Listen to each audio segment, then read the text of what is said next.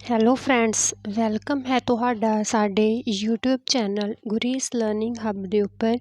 ਜੇਕਰ ਤੁਸੀਂ ਕਿਸੇ ਵੀ ਕੰਪੀਟੀਟਿਵ ਐਗਜ਼ਾਮ ਦੀ ਤਿਆਰੀ ਕਰ ਰਹੇ ਹੋ ਤਾਂ ਤੁਸੀਂ ਸਾਡੇ ਨਾਲ ਜੁੜ ਸਕਦੇ ਹੋ, ਜਿਸ ਦੇ ਲਈ ਤੁਹਾਨੂੰ ਸਾਡਾ YouTube ਚੈਨਲ ਗੁਰੀਸ ਲਰਨਿੰਗ ਹੱਬ ਚੈਨਲ ਨੂੰ ਸਬਸਕ੍ਰਾਈਬ ਕਰਨਾ ਹੋਵੇਗਾ ਅਤੇ ਸਾਡੇ ਚੈਨਲ ਨੂੰ ਆਪਣੇ ਫਰੈਂਡਸ ਨਾਲ ਵੱਧ ਤੋਂ ਵੱਧ ਸ਼ੇਅਰ ਕਰੋ। ਜੇਕਰ ਤੁਸੀਂ ਹੈਂਡ ਰਿਟਨ ਨੋਟਸ ਚਾਹੁੰਦੇ ਹੋ ਤਾਂ ਤੁਸੀਂ ਸਾਡੇ ਟੈਲੀਗ੍ਰਾਮ ਗਰੁੱਪ ਨੂੰ ਜੁਆਇਨ ਕਰ ਸਕਦੇ ਹੋ, ਜਿਸ ਦਾ ਲਿੰਕ ਤੁਹਾਨੂੰ ਡਿਸਕ੍ਰਿਪਸ਼ਨ ਬਾਕਸ ਦੇ ਵਿੱਚ ਮਿਲ ਜਾਵੇਗਾ, ਜਾਂ ਫਿਰ ਤੁਸੀਂ ਟੈਲੀਗ੍ਰਾਮ ਦੇ ਸਰਚ ਆਈਕਨ ਵਿੱਚ ਜਾ ਕੇ ਗੁਰੀਸ ਲਰਨਿੰਗ ਹੱਬ ਚੈਨਲ ਸਰਚ ਕਰੋ ਅਤੇ ਸਾਡੇ ਗਰੁੱਪ ਨੂੰ ਜੁਆਇਨ ਕਰ ਸਕਦੇ ਹੋ। ਜੇਕਰ ਤੁਹਾਡਾ ਕੋਈ ਇਨਕੁਆਇਰੀ ਕੁਐਸਚਨ ਹੈ ਤਾਂ ਤੁਸੀਂ ਸਾਨੂੰ ਇੰਸਟਾਗ੍ਰਾਮ ID ਗੁਰੀਸ ਲਰਨਿੰਗ ਹੱਬ 'ਤੇ ਡਾਇਰੈਕਟ ਮੈਸੇਜ ਕਰ ਸਕਦੇ ਹੋ, ਜਿੱਥੇ ਮੈਂ ਜਲਦੀ ਤੋਂ ਜਲਦੀ ਕੋਸ਼ਿਸ਼ ਕਰਾਂਗੀ ਤੁਹਾਡੇ ਕੁਐਸਚਨ ਦਾ ਆਨਸਰ ਦੇਣ ਦੀ। ਹਾਂਜੀ ਤਾਂ ਰਾਜੇ, ਜਿਹੜੀ ਸਾਡੀ ਅੱਜ ਦੀ ਕਲਾਸ ਹੈ ਉਸ ਦੇ ਵਿੱਚ ਅਸੀਂ ਸਾਈਕੋਲੋਜੀ ਮਨੋਵਿਗਿਆਨ ਦੀ ਜਿਹੜੀਆਂ ਇੰਟੈਲੀਜੈਂਸ ਥਿਊਰੀਜ਼ ਦੇ ਬਾਰੇ ਪੜ੍ਹਾਂਗੇ। ਇਹ ਕਲਾਸ ਤੁਹਾਡਾ PS ਟੈਟ ਦਾ ਪੇਪਰ 1 ਦਸੰਬਰ 2024 ਨੂੰ ਹੋਣ ਜਾ ਰਿਹਾ ਹੈ, ਉਸ ਦੇ ਵਾਸਤੇ ਬਹੁਤ ਹੀ ਜ਼ਿਆਦਾ ਯੂਜ਼ਫੁਲ ਕਲਾਸ ਹੈ।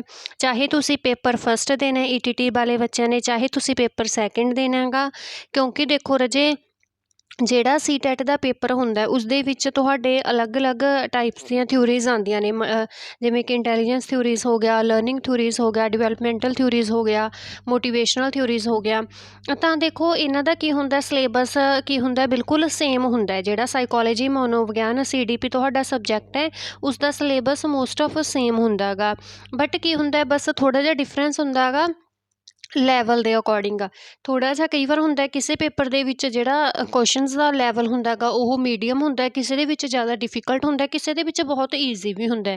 ਠੀਕ ਹੈ ਰਾਜੇ, ਤਾਂ ਦੇਖੋ ਸਿਲੇਬਸ ਬਿਲਕੁਲ ਸੇਮ ਹੈ। ਜੇਕਰ ਤੁਸੀਂ HTET ਦੇਣਾ ਹੈ, ਹਰਿਆਣਾ ਟੈਟ ਹੋ ਗਿਆ, CTET ਹੋ ਗਿਆ, ਸੈਂਟਰਲ ਲੈਵਲ ਦਾ ਟੈਸਟ ਹੋ ਗਿਆ, ਜਾਂ ਫਿਰ ਤੁਸੀਂ ਆਪਣਾ PS ਟੈਟ ਦੇਣਾ ਹੈ ਜਿਹੜਾ ਪੰਜਾਬ ਦੇ ਵਿੱਚ ਟੈਟ ਹੁੰਦਾ ਗਾ, ਤਾਂ ਤੁਸੀਂ ਜੇਕਰ ਕੋਈ ਵੀ ਟੈਟ ਦੇਣਾ ਗਾ ਤਾਂ ਤੁਸੀਂ ਸਾਡੇ ਨਾਲ ਇਹ ਕਲਾਸ ਜੁਆਇਨ ਕਰ ਸਕਦੇ ਹੋ। ਠੀਕ ਹੈ ਰਾਜੇ, ਤਾਂ ਦੇਖੋ ਜਿਹੜੀਆਂ ਸਾਡੀ ਅੱਜ ਦੀ ਕਲਾਸ ਹੈ ਉਸ ਦੇ ਵਿੱਚ ਅਸੀਂ ਥਿਊਰੀਜ਼ ਦੇ ਬਾਰੇ ਪੜ੍ਹਾਂਗੇ। ਇੰਟੈਲੀਜੈਂਸ ਥਿਊਰੀਜ਼ ਜਿਹੜੀਆਂ ਤੁਹਾਡੇ ਸਿਲੇਬਸ ਦੇ ਵਿੱਚ ਥਿਊਰੀਜ਼ ਨੇ, ਮੈਂ ਉਹਨਾਂ ਸਾਰੀਆਂ ਥਿਊਰੀਜ਼ ਨੂੰ ਇਕੱਠੇ ਕਰਕੇ ਇੱਕ ਕਲਾਸ ਬਣਾਈ ਹੈ। ਅਸੀਂ 1 ਬਾਏ 1 ਕੀ ਕਰਾਂਗੇ, ਥਿਊਰੀਜ਼ ਪੜ੍ਹਦੇ ਜਾਵਾਂਗੇ। ਅਤੇ ਜੇਕਰ ਤੁਸੀਂ ਇਹ ਥਿਊਰੀਜ਼ ਦੀ PDF ਲੈਣੀ ਹੈ ਤਾਂ ਤੁਸੀਂ ਸਾਡੇ ਟੈਲੀਗ੍ਰਾਮ ਗਰੁੱਪ ਨੂੰ ਜੁਆਇਨ ਕਰ ਸਕਦੇ ਹੋ।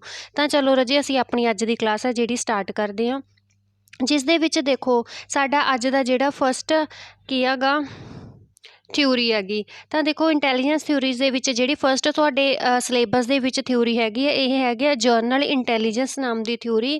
ਇਸ ਨੂੰ ਅਸੀਂ 2 ਫੈਕਟਰ ਥਿਊਰੀ ਵੀ ਕਹਿੰਦੇ ਹਾਂ। ਠੀਕ ਹੈ ਰਾਜੇ, ਤਾਂ ਇਹ ਕਿਸ ਦੀ ਹੈਗੀ, ਚਾਰਲਸ ਸਪੀਅਰਮੈਨ ਦੀ। ਤਾਂ ਰਾਜੇ ਕਲਾਸ ਦੇ ਵਿੱਚ ਦੇਖੋ ਅਸੀਂ ਹੁਣ ਥਿਊਰੀਜ਼ ਦੇ ਬਾਰੇ ਪੜ੍ਹਾਂਗੇ, ਬਟ ਉਸ ਤੋਂ ਪਹਿਲਾਂ ਇਹ ਕੁਝ ਇੰਪੋਰਟੈਂਟ ਥਿਊਰੀਜ਼ ਸੀਗੀਆਂ ਜਿਹੜੀਆਂ ਮੈਂ ਤੁਹਾਡੇ ਲਈ ਇੱਕ ਟੇਬਲ ਦੇ ਵਿੱਚ ਅਰੇਂਜ ਕਰਤੀਆਂ। ਤੁਹਾਨੂੰ ਇਹਨਾਂ ਬਾਰੇ ਪਤਾ ਹੋਣਾ ਬਹੁਤ ਜ਼ਰੂਰੀ ਹੈ, ਕਿਉਂਕਿ ਕਈ ਵਾਰ ਕਿਸੇ ਨਾ ਕਿਸੇ ਪੇਪਰ ਦੇ ਵਿੱਚ ਡਾਇਰੈਕਟ ਇੱਦਾਂ ਹੀ ਕੁਐਸਚਨ ਬਣ ਜਾਂਦਾ ਕਿ 2 ਫੈਕਟਰ ਥਿਊਰੀ ਹੈ ਜਿਹੜੀ ਇਹ ਕਿਸ ਦੇ ਦੁਆਰਾ ਦਿੱਤੀ ਗਈ ਹੈ, ਤਾਂ ਉੱਥੇ ਜਿਹੜਾ ਸਾਡਾ ਕਰੈਕਟ ਆਨਸਰ ਆਊਗਾ ਉਹ ਕੀ ਆਊਗਾ, ਸਪੀਅਰਮੈਨ ਦਾ ਆਊਗਾ। ਕਈ ਵਾਰ ਇੱਦਾਂ ਪੁੱਛ ਲੈਂਦੇ ਨੇਗੇ ਕਿ ਇੰਟੈਲੀਜੈਂਸ ਥਿਊਰੀਜ਼ ਦੇ ਵਿੱਚ ਥਰਸਟਨ ਦੀ ਕਿਹੜੀ ਥਿਊਰੀ ਹੈ, ਤਾਂ ਉੱਥੇ ਅਸੀਂ ਆਪਸ਼ਨ ਜਿਹੜੀ ਕਰੈਕਟ ਕਰਾਂਗੇ ਗਰੁੱਪ ਫੈਕਟਰ ਥਿਊਰੀ ਜਾਂ ਫਿਰ PMA theory, primary mental ability.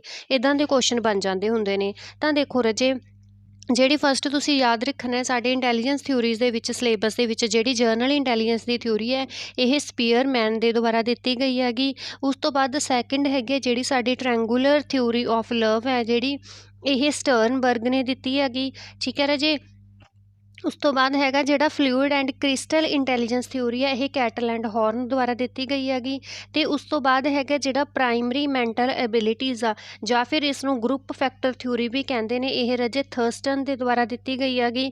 ਉਸ ਤੋਂ ਬਾਅਦ ਯਾਦ ਰੱਖਿਓ ਮਲਟੀਪਲ ਇੰਟੈਲੀਜੈਂਸ ਥਿਊਰੀ ਹੈ, ਇਹ ਜਿਹੜੀ ਹਾਰਵਰਡ ਗਾਰਡਨ ਦੇ ਦੁਆਰਾ ਦਿੱਤੀ ਗਈ ਹੈਗੀ। ਠੀਕ ਹੈ, ਉਸ ਤੋਂ ਬਾਅਦ ਨੈਕਸਟ ਹੈਗੀ ਹੈ ਰਾਜੇ ਤੁਹਾਡੀ ਜਿਹੜੀ ਮੋਨਾਰਕਿਕ ਜਾਂ ਫਿਰ ਯੂਨਿਟਰੀ ਕਹਿੰਦੇ ਨੇ ਸਿੰਗਲ ਫੈਕਟਰ ਥਿਊਰੀ ਹੈਗੀ, ਜਿਹੜੀ ਐਲਫਰਡ ਬਿਨੇਟ ਦੇ ਦੁਆਰਾ ਦਿੱਤੀ ਗਈ ਹੈ। ਇਮੋਸ਼ਨਲ ਇੰਟੈਲੀਜੈਂਸ ਥਿਊਰੀ ਹੈ ਜਿਹੜੀ ਡੈਨੀਅਲ ਗੋਲਮੈਨ ਦੇ ਦੁਆਰਾ ਦਿੱਤੀ ਗਈ ਹੈ। ਪਾਸ ਥਿਊਰੀ ਆਫ ਇੰਟੈਲੀਜੈਂਸ ਹੈ ਜਿਹੜੀ JP ਦਾਸ ਦੇ ਨਾਲ ਦੁਆਰਾ ਦਿੱਤੀ ਗਈ ਹੈ, ਨੈਲਗਰੀ ਦੇ ਦੁਆਰਾ ਜਾਂ ਕਿਰਬੇ ਦੇ ਦੁਆਰਾ ਦਿੱਤੀ ਗਈ ਹੈ। ਔਰਥੀਨੋਜੈਨੇਸਿਸ ਥਿਊਰੀ ਹੈ ਰਾਜੇ ਜਿਹੜੀ ਵਰਨਰ ਦੇ ਦੁਆਰਾ ਦਿੱਤੀ ਗਈ ਹੈ। 3 ਡਾਇਮੈਂਸ਼ਨਸ ਥਿਊਰੀ ਹੈ ਜਿਹੜੀ ਤੁਹਾਡੀ ਗਿਲਫੋਰਡ ਦੇ ਦੁਆਰਾ ਦਿੱਤੀ ਗਈ ਹੈ। ਅਤੇ ਨੈਕਸਟ ਜਿਹੜੀ ਲਾਸਟ ਹੈਗੀ ਹੈ ਮਲਟੀ ਫੈਕਟਰ ਥਿਊਰੀ ਹੈ ਤੁਹਾਡੀ ਥੋਂਡਾਈਕ ਦੇ ਦੁਆਰਾ ਦਿੱਤੀ ਗਈ ਹੈ। ਤਾਂ ਰਾਜੇ 1 ਬਾਏ 1 ਅਸੀਂ ਹਰ ਇੱਕ ਥਿਊਰੀ ਨੂੰ ਬਹੁਤ ਜ਼ਿਆਦਾ ਐਕਸਪਲੇਨ ਦੇ ਵਿੱਚ ਕਰਾਂਗੇ, ਬਿਲਕੁਲ ਕਲੀਅਰਲੀ, ਬਿਲਕੁਲ ਸਿੰਪਲ ਲੈਂਗੁਏਜ ਦੇ ਵਿੱਚ ਮੈਂ ਤੁਹਾਨੂੰ ਸਮਝਾਉਂਗੀ। ਬਟ ਜਿਹੜਾ ਇਹ ਚਾਰਟ ਹੈ ਨਾ, ਇਹ ਤੁਹਾਡਾ ਬਹੁਤ ਜ਼ਿਆਦਾ ਜ਼ਰੂਰੀ ਚਾਰਟ ਹੈਗਾ, ਕਿਉਂਕਿ ਇਸ ਦੇ ਵਿੱਚੋਂ ਰਾਜੇ ਇੱਕ ਨਾ ਇੱਕ ਡਾਇਰੈਕਟ ਕੁਐਸਚਨ ਬਣ ਜਾਂਦਾ ਹੁੰਦਾ ਹੈਗਾ, ਠੀਕ ਹੈ। ਤਾਂ ਜਿਹੜੀਆਂ ਇੰਟੈਲੀਜੈਂਸ ਥਿਊਰੀਜ਼ ਨੇਗੀਆਂ, ਮਤਲਬ ਇਹਨਾਂ ਸਾਰੇ ਸਾਈਕੋਲੋਜਿਸਟ ਨੇ ਬੁੱਧੀ ਦੇ ਬਾਰੇ, ਇੰਟੈਲੀਜੈਂਸ ਦੇ ਬਾਰੇ ਥਿਊਰੀਜ਼ ਦਿੱਤੀਆਂ ਨੇ।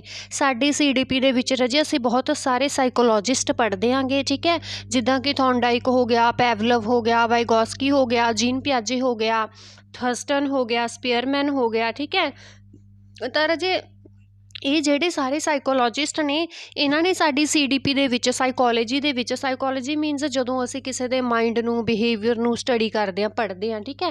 ਤਾਂ ਸਾਈਕੋਲੋਜੀ ਦੇ ਵਿੱਚ ਇਹਨਾਂ ਨੇ ਕੀ ਕੀਤਾ, ਆਪਣੀ ਕੁਛ ਦੇਣ ਦਿੱਤੀ ਹੈ, ਮਤਲਬ ਆਪਣੀਆਂ ਸਟੱਡੀਜ਼ ਦਿੱਤੀਆਂ ਨੇਗੀਆਂ, ਆਪਣੀ ਇਨਵੈਸਟੀਗੇਸ਼ਨ ਇਹਨਾਂ ਨੇ ਕੀਤੀ ਹੈ ਨਾ, ਆਪਣਾ ਸਟੱਡੀ ਕੀਤੀ, ਸਰਚ ਕੀਤੀ ਉਹਨਾਂ ਨੇ। ਤਾਂ ਇਹ ਪਰਸਨਸ ਨੇਗੇ, ਸਾਈਕੋਲੋਜਿਸਟ ਨੇ, ਜਿਨ੍ਹਾਂ ਨੇ ਇੰਟੈਲੀਜੈਂਸ ਦੇ ਉੱਪਰ ਥਿਊਰੀ ਦਿੱਤੀ ਹੈ। ਇਹਨਾਂ ਨੇ ਦੱਸਿਆ ਕਿ ਜਿਹੜਾ ਬੱਚਾ ਹੁੰਦਾ ਹੈ ਨਾ, ਬੱਚੇ ਦੇ ਦਿਮਾਗ ਦੀ ਜਿਹੜੀ ਬੁੱਧੀ ਹੁੰਦੀ ਹੈ ਉਹ ਕਿਵੇਂ ਵਿਕਸਿਤ ਹੁੰਦੀ ਹੈ, ਮਤਲਬ ਬੱਚੇ ਦੀ ਬੁੱਧੀ ਹੈ ਜਿਹੜੀ, ਬੱਚੇ ਦਾ ਗਿਆਨ ਹੈ ਦਿਮਾਗ ਦੇ ਵਿੱਚ, ਹੈ ਨਾ, ਉਸ ਨੂੰ ਅਸੀਂ ਕਿਵੇਂ ਮਾਪ ਸਕਦੇ ਹਾਂ। IQ ਟੈਸਟ ਵਗੈਰਾ ਦਿੱਤੇ, ਹੈ ਨਾ, ਇੰਟੈਲੀਜੈਂਸ ਟੈਸਟ ਦਿੱਤੇ। ਤਾਂ ਦੇਖੋ ਇਸ ਤਰ੍ਹਾਂ ਉਹਨਾਂ ਨੇ ਕਾਫੀ ਜ਼ਿਆਦਾ ਥਿਊਰੀਜ਼ ਦੇ ਵਿੱਚ ਉਹਨਾਂ ਦੀ ਬੁੱਧੀ ਦੇ ਬਾਰੇ, ਬੱਚੇ ਦੀ ਬੁੱਧੀ ਦੇ ਬਾਰੇ ਕੀ ਕੀਤੀ ਹੈ, ਵਿਆਖਿਆ ਕੀਤੀ ਹੈ, ਜਿਹੜੀ ਅਸੀਂ 1 ਬਾਏ 1 ਕਰਾਂਗੇ। ਤਾਂ ਰਾਜੇ ਇਹ ਚਾਰਟ ਹੈ ਜਿਹੜਾ ਮੋਸਟ ਇੰਪੋਰਟੈਂਟ ਹੈ, ਤੁਸੀਂ ਇਹਦਾ ਸਕਰੀਨਸ਼ਾਟ ਲੈ ਕੇ ਰੱਖ ਸਕਦੇ ਹੋ, ਜਾਂ ਫਿਰ ਤੁਸੀਂ ਆਪਣੀ ਨੋਟਬੁੱਕ ਦੇ ਉੱਪਰ ਨੋਟ ਕਰ ਸਕਦੇ ਹੋ।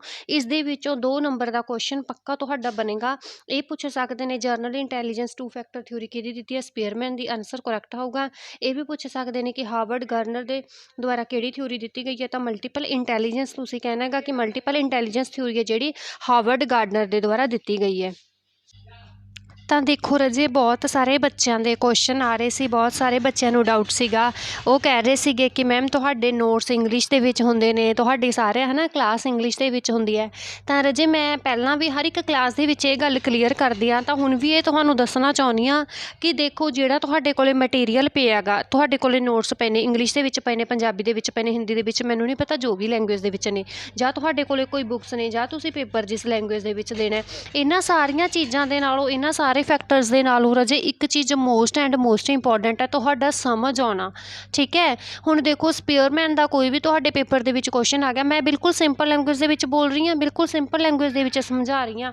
ਚਾਹੇ ਦੇਖੋ ਇੱਥੇ ਸਪੀਅਰਮੈਨ ਹੈ ਜਿਹੜਾ, ਚਾਰਲਸ ਸਪੀਅਰਮੈਨ ਹੈ ਨਾ, ਤਾਂ ਉਹ ਇੰਗਲਿਸ਼ ਦੇ ਵਿੱਚ ਲਿਖਿਆ ਹੋਇਆ, ਪਰ ਮੈਂ ਤੁਹਾਨੂੰ ਸਮਝਾਤਾ ਵੀ ਜਿਹੜਾ ਸਪੀਅਰਮੈਨ ਹੈ ਇਹਦੀ ਕੀ ਹੈਗੀ, ਥਿਊਰੀ ਹੈਗੀ ਸਾਡੇ ਜਿਹੜੀ CDP ਦੇ ਵਿੱਚ, ਸਾਈਕੋਲੋਜੀ ਦੇ ਵਿੱਚ ਅਸੀਂ ਉਹਨੂੰ 2 ਫੈਕਟਰ ਥਿਊਰੀ ਕਹਿੰਦੇ ਹਾਂ। ਤਾਂ ਜਦੋਂ ਇਹਦਾ ਕੁਐਸਚਨ ਤੁਹਾਡੇ ਪੇਪਰ ਦੇ ਵਿੱਚ ਆਊਗਾ, ਤੁਸੀਂ ਆਪਣੇ ਆਪ ਸਮਝ ਜਾਓਗੇ, ਠੀਕ ਹੈ। ਉੱਥੇ ਲੈਂਗੁਏਜ ਤੁਹਾਡੀ ਕੋਈ ਮੈਟਰ ਨਹੀਂ ਕਰਦੀ, ਉੱਥੇ ਤੁਹਾਡਾ ਸਮਝ ਆਉਣਾ ਮੈਟਰ ਕਰਦਾ ਹੈ।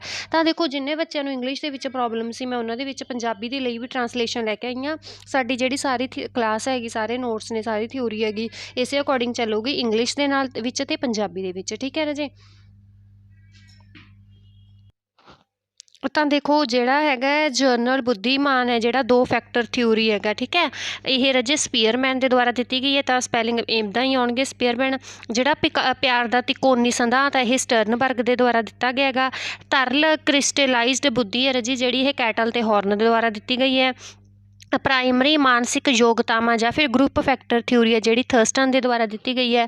ਮਲਟੀਪਲ ਇੰਟੈਲੀਜੈਂਸ ਥਿਊਰੀ ਹੈ ਜਿਹੜਾ ਬਹੁਬੁੱਧੀ ਸਿਧਾਂਤ, ਤਾਂ ਉਹ ਹਾਰਵਰਡ ਗਾਰਡਨ ਦੇ ਦੁਆਰਾ ਦਿੱਤਾ ਗਿਆ। ਮੋਨਾਰਕਿਕ ਯੂਨਾਈਟਰੀ ਜਾਂ ਫਿਰ ਸਿੰਗਲ ਫੈਕਟਰ ਥਿਊਰੀ ਹੈ, ਇੱਕ ਫੈਕਟਰ ਥਿਊਰੀ ਹੈ, ਇਹ ਐਲਫਰਡ ਬਿਨੇ ਦੇ ਦੁਆਰਾ ਦਿੱਤੀ ਗਈ ਹੈ ਰਾਜੇ। ਉਸ ਤੋਂ ਬਾਅਦ ਜੇਕਰ ਅਸੀਂ ਗੱਲ ਕਰੀਏ ਭਾਵਨਾਤਮਕ ਬੁੱਧੀ, ਬੁੱਧੀ ਜਿਹੜੀ ਹੈ ਡੈਨੀਅਲ ਗੋਲਮੈਨ ਦੇ ਦੁਆਰਾ ਦਿੱਤੀ ਗਈ ਹੈ। ਪਾਸ ਥਿਊਰੀ ਆਫ ਇੰਟੈਲੀਜੈਂਸ ਹੈ ਰਾਜੇ ਜਿਹੜੀ JP ਦਾਸ ਨੇ ਦਿੱਤੀ ਸੀ, ਨਾਲਗਿਰੀ ਨੇ ਦਿੱਤੀ ਸੀ, ਜਾਂ ਫਿਰ ਕਿਰਬੀ ਨੇ ਦਿੱਤੀ ਸੀਗੀ। ਉਸ ਤੋਂ ਬਾਅਦ ਹੈਗੀ ਆ ਔਰਥੋਨੋਜੈਨੇਸਿਸ ਥਿਊਰੀ ਹੈ ਜਿਹੜੀ ਵਰਨਰ ਦੇ ਦੁਆਰਾ ਦਿੱਤੀ ਗਈ ਹੈ। 3 ਇਆਮਾਂ ਦੀ ਥਿਊਰੀ ਹੈ ਜਿਹੜੀ ਗਿਲਫੋਰਡ ਦੇ ਦੁਆਰਾ ਦਿੱਤੀ ਗਈ ਹੈ। 3 ਡਾਇਮੈਂਸ਼ਨਸ ਥਿਊਰੀ ਕਹਿ ਦਿੰਦੇ ਹਾਂ। ਮਲਟੀ ਫੈਕਟਰ ਥਿਊਰੀ ਹੈ ਜਿਹੜੀ ਮਤਲਬ ਇੱਕ ਬੰਦੇ ਦੇ ਵਿੱਚ ਮਲਟੀਪਲ ਫੈਕਟਰਸ ਹੁੰਦੇ ਆ, ਤਾਂ ਇਹ ਥੋਂਡਾਈਕ ਦੇ ਦੁਆਰਾ ਦਿੱਤੀ ਗਈ ਸੀਗੀ, ਠੀਕ ਹੈ ਰਾਜੇ। ਪਤਾ ਲੱਗ ਗਿਆ। ਤਾਂ ਤੁਸੀਂ ਇਹਨਾਂ ਚੀਜ਼ਾਂ ਨੂੰ ਰਾਜੇ ਮੇਰੀ ਰਿਕੁਐਸਟ ਹੈਗੀ ਕਿ ਨੋਟ ਕਰ ਲੈਣਾ, ਜਿਹੜੀਆਂ ਇੰਗਲਿਸ਼ ਦੇ ਵਿੱਚ ਥਿਊਰੀਜ਼ ਦਿੱਤੀਆਂ ਗਈਆਂ ਨੇਗੀਆਂ। ਤੇ ਜਿਹੜੀਆਂ ਇੱਥੇ ਤੁਹਾਡਾ ਪੰਜਾਬੀ ਦੇ ਵਿੱਚ ਸਾਰਾ ਮੈਂ ਤੁਹਾਨੂੰ ਐਕਸਪਲੇਨ ਕਰਤਾ, ਟਰਾਂਸਲੇਟ ਕਰਕੇ ਦੱਸ ਦਿੱਤਾ, ਤਾਂ ਤੁਸੀਂ ਇਹਨਾਂ ਨੂੰ ਪਲੀਜ਼ ਨੋਟ ਕਰ ਲੈਣਾ, ਠੀਕ ਹੈ। ਤਾਂ ਦੇਖੋ ਰਾਜੇ, ਜਿਹੜੀ ਸਾਡੀ ਅੱਜ ਦੀ ਕਲਾਸ ਦੇ ਵਿੱਚ ਅਸੀਂ ਫਸਟ ਥਿਊਰੀ ਹੈ ਜਿਹੜੀ ਸਾਡੀ ਬਿਲਕੁਲ ਐਕਸਪਲੇਨੇਸ਼ਨ ਦੇ ਵਿੱਚ ਅਸੀਂ ਪੜ੍ਹਨੀ ਹੈਗੀ। ਉਸ ਦੇ ਵਿੱਚ ਜਿਹੜੀ ਸਾਡੀ ਕਿਹੜੀ ਥਿਊਰੀ ਹੈਗੀ ਅਸੀਂ ਪੜ੍ਹਨੀ ਹੈ ਰਾਜੇ ਅੱਜ ਦੀ ਕਲਾਸ ਦੇ ਵਿੱਚ ਹੈਗੀ ਜਿਹੜੀ ਤੁਹਾਡੀ general intelligence 2 factor theory. General intelligence ਵੀ ਕਹਿ ਦਿੰਦੇ ਨੇ, ਇੱਦਾਂ ਵੀ ਆ ਸਕਦਾ ਪੇਪਰ ਦੇ ਵਿੱਚ ਕਿ ਜਰਨਲ ਇੰਟੈਲੀਜੈਂਸ ਥਿਊਰੀ ਹੈ ਜਿਹੜੀ ਕਿਸ ਦੇ ਦੁਆਰਾ ਦਿੱਤੀ ਗਈ ਹੈ, ਜਾਂ ਫਿਰ ਇਹ ਵੀ ਪੁੱਛ ਸਕਦੇ ਨੇ ਕਿ 2 ਫੈਕਟਰ ਥਿਊਰੀ ਹੈ ਜਿਹੜੀ ਕਿਸ ਦੇ ਦੁਆਰਾ ਦਿੱਤੀ ਗਈ ਹੈ, ਠੀਕ ਹੈ ਰਾਜੇ। ਯਾਦ ਰੱਖਣਾ, ਜਰਨਲ ਫੈਕਟਰ ਥਿਊਰੀ ਵੀ ਕਹਿੰਦੇ ਆ, ਜਰਨਲ ਇੰਟੈਲੀਜੈਂਸ ਵੀ ਕਹਿ ਦਿੰਦੇ ਆ, ਅਤੇ ਪਲੱਸ ਅਸੀਂ ਇਹਨੂੰ ਕੀ ਕਹਿੰਦੇ ਆ 2 ਫੈਕਟਰ ਥਿਊਰੀ। ਤਾਂ ਦੇਖੋ ਪੰਜਾਬੀ ਦੇ ਵਿੱਚ ਦੇਖ ਲੈਂਦੇ ਹਾਂ ਕਿ ਆਮ ਬੁੱਧੀ। ਜਰਨਲ ਕੀ ਚੀਜ਼ ਹੁੰਦੀ ਹੈ? ਆਮ ਹੁੰਦੀ ਹੈ ਜਿਹੜੀ ਨੋਰਮਲ, ਜਾਂ ਫਿਰ 2 ਕਾਰਕ ਸਿਧਾਂਤ। 2 ਫੈਕਟਰ ਮਤਲਬ 2 ਕਾਰਕ ਸਿਧਾਂਤ। ਤਾਂ ਦੇਖੋ ਰਾਜੇ ਇਹ ਕਿਸ ਦੇ ਦੁਆਰਾ ਦਿੱਤੀ ਗਈ ਹੈਗੀ? ਇਹ ਦਿੱਤੀ ਗਈ ਹੈਗੀ ਜਿਹੜੀ ਚਾਰਲਸ ਸਪੀਅਰਮੈਨ ਦੇ ਦੁਆਰਾ, ਠੀਕ ਹੈ। ਇਹਦਾ ਫੁੱਲ ਨੇਮ ਹੈਗਾ ਜਿਹੜਾ ਚਾਰਲਸ ਕੀ ਹੈ ਰਾਜੇ? ਸਪੀਅਰਮੈਨ। ਇਸਨੇ ਦਿੱਤੀ ਸੀਗੀ ਆਮ ਬੁੱਧੀ ਦਿੱਤੀ ਸੀ, ਜਿਹੜੀ 2 ਫੈਕਟਰ ਥਿਊਰੀ ਦਿੱਤੀ ਸੀਗੀ। ਪਤਾ ਲੱਗ ਗਿਆ ਰਾਜੇ। ਹੁਣ ਦੇਖੋ ਜਿਹੜੇ ਪੰਜਾਬੀ ਵਾਲੇ ਬੱਚੇ ਨੇਗੇ, ਇਹ ਕੀ ਹੈਗੀ ਜਿਹੜੇ ਚਾਰਲਸ ਸਪੀਅਰਮੈਨ ਦੇ ਦੁਆਰਾ ਕੀ ਹੈ ਰਾਜੇ ਦਿੱਤੀ ਗਈ ਹੈ ਤੁਹਾਡੀ ਇਹ ਥਿਊਰੀ, ਠੀਕ ਹੈ। ਤਾਂ ਦੇਖੋ ਰਾਜੇ ਇੱਥੇ ਜਿਹੜੀ ਇੱਕ ਚੀਜ਼ ਹੈ ਮੋਸਟ ਇੰਪੋਰਟੈਂਟ ਹੈਗੀ, ਜਿਹੜੀ ਤੁਸੀਂ ਕੀ ਕਰਨੀ ਹੈਗੀ ਯਾਦ ਰੱਖਣੀ ਹੈ, ਜਿਸ ਦੇ ਵਿੱਚੋਂ ਕੁਐਸਚਨ ਬਣ ਸਕਦਾ। ਮੈਂ ਨਾਲ ਦੀ ਨਾਲ ਤੁਹਾਨੂੰ ਦੱਸੂਗੀ ਕਿ ਇਹ ਚੀਜ਼ ਇੰਪੋਰਟੈਂਟ ਹੈ। ਤੁਸੀਂ ਜਿੱਥੇ ਵੀ ਕੋਈ ਨੋਟਸ ਬਣਾ ਰਹੇ ਹੋ ਜਾਂ ਪੜ੍ਹ ਰਹੇ ਹੋ, ਉੱਥੇ ਉਹ ਚੀਜ਼ ਨੂੰ ਇੰਪੋਰਟੈਂਟ ਸਟਾਰ ਮਾਰਕ ਕਰ ਲੈਣਾ। ਤਾਂ ਰਾਜੇ ਇੱਥੋਂ ਜਿਹੜਾ ਪਹਿਲਾ ਕੁਐਸਚਨ ਬਣ ਸਕਦਾ ਤੁਹਾਡਾ ਇਹੀ ਬਣੂਗਾ ਕਿ ਸਪੀਅਰਮੈਨ ਦੀ ਕਿਹੜੀ ਥਿਊਰੀ ਹੈ, ਤਾਂ ਤੁਸੀਂ ਕਹਿਣਾ ਜਰਨਲ ਇੰਟੈਲੀਜੈਂਸ ਹੈ ਜਾਂ 2 ਫੈਕਟਰ ਥਿਊਰੀ ਹੈ। 1 ਨੰਬਰ ਦਾ ਇਹ ਕੁਐਸਚਨ ਬਣ ਗਿਆ। ਇਹ ਵੀ ਪੁੱਛ ਸਕਦੇ ਨੇ ਕਿ ਜਰਨਲ ਇੰਟੈਲੀਜੈਂਸ ਜਾਂ ਫਿਰ ਕੀ ਹੈਗੀ ਤੁਹਾਡੀ ਜਿਹੜੀ 2 ਫੈਕਟਰ ਥਿਊਰੀ ਹੈ ਕਿਸ ਦੇ ਦੁਆਰਾ ਦਿੱਤੀ ਗਈ ਹੈ, ਤਾਂ ਤੁਸੀਂ ਕਹਿੰਦੇ ਚਾਰਲਸ ਸਪੀਅਰਮੈਨ ਦੇ ਦੁਆਰਾ। ਦੂਜਾ ਕੁਐਸਚਨ ਇਹ ਬਣ ਸਕਦਾ ਹੈ। 3rd ਕੁਐਸਚਨ ਰਾਜੇ ਤੁਹਾਡਾ ਬਣ ਸਕਦਾ ਹੈ ਫਾਦਰ ਆਫ ਫੈਕਟਰ ਐਨਾਲਿਸਿਸ। ਇਹ ਰਾਜੇ ਫਾਦਰ ਆਫ ਫੈਕਟਰ ਕਾਰਕ ਵਿਸ਼ਲੇਸ਼ਣ ਦਾ ਪਿਤਾ। ਰਾਜੇ ਇਹ ਕੌਣ ਹੈਗਾ? ਫਾਦਰ ਆਫ ਫੈਕਟਰ ਐਨਾਲਿਸਿਸ ਜਾਂ ਫਿਰ ਕਾਰਕ ਵਿਸ਼ਲੇਸ਼ਣ ਦਾ ਪਿਤਾ, ਜਿਹੜਾ 3rd ਕੁਐਸਚਨ ਤੁਹਾਡਾ ਬਣ ਸਕਦਾ ਹੈ। ਤਾਂ ਰਾਜੇ ਉਹ ਕੌਣ ਹੈਗਾ? ਇਹ ਰਿਹਾ ਪਰਸਨ ਜਿਹੜਾ ਹੈਗਾ ਚਾਰਲਸ ਸਪੀਅਰਮੈਨ।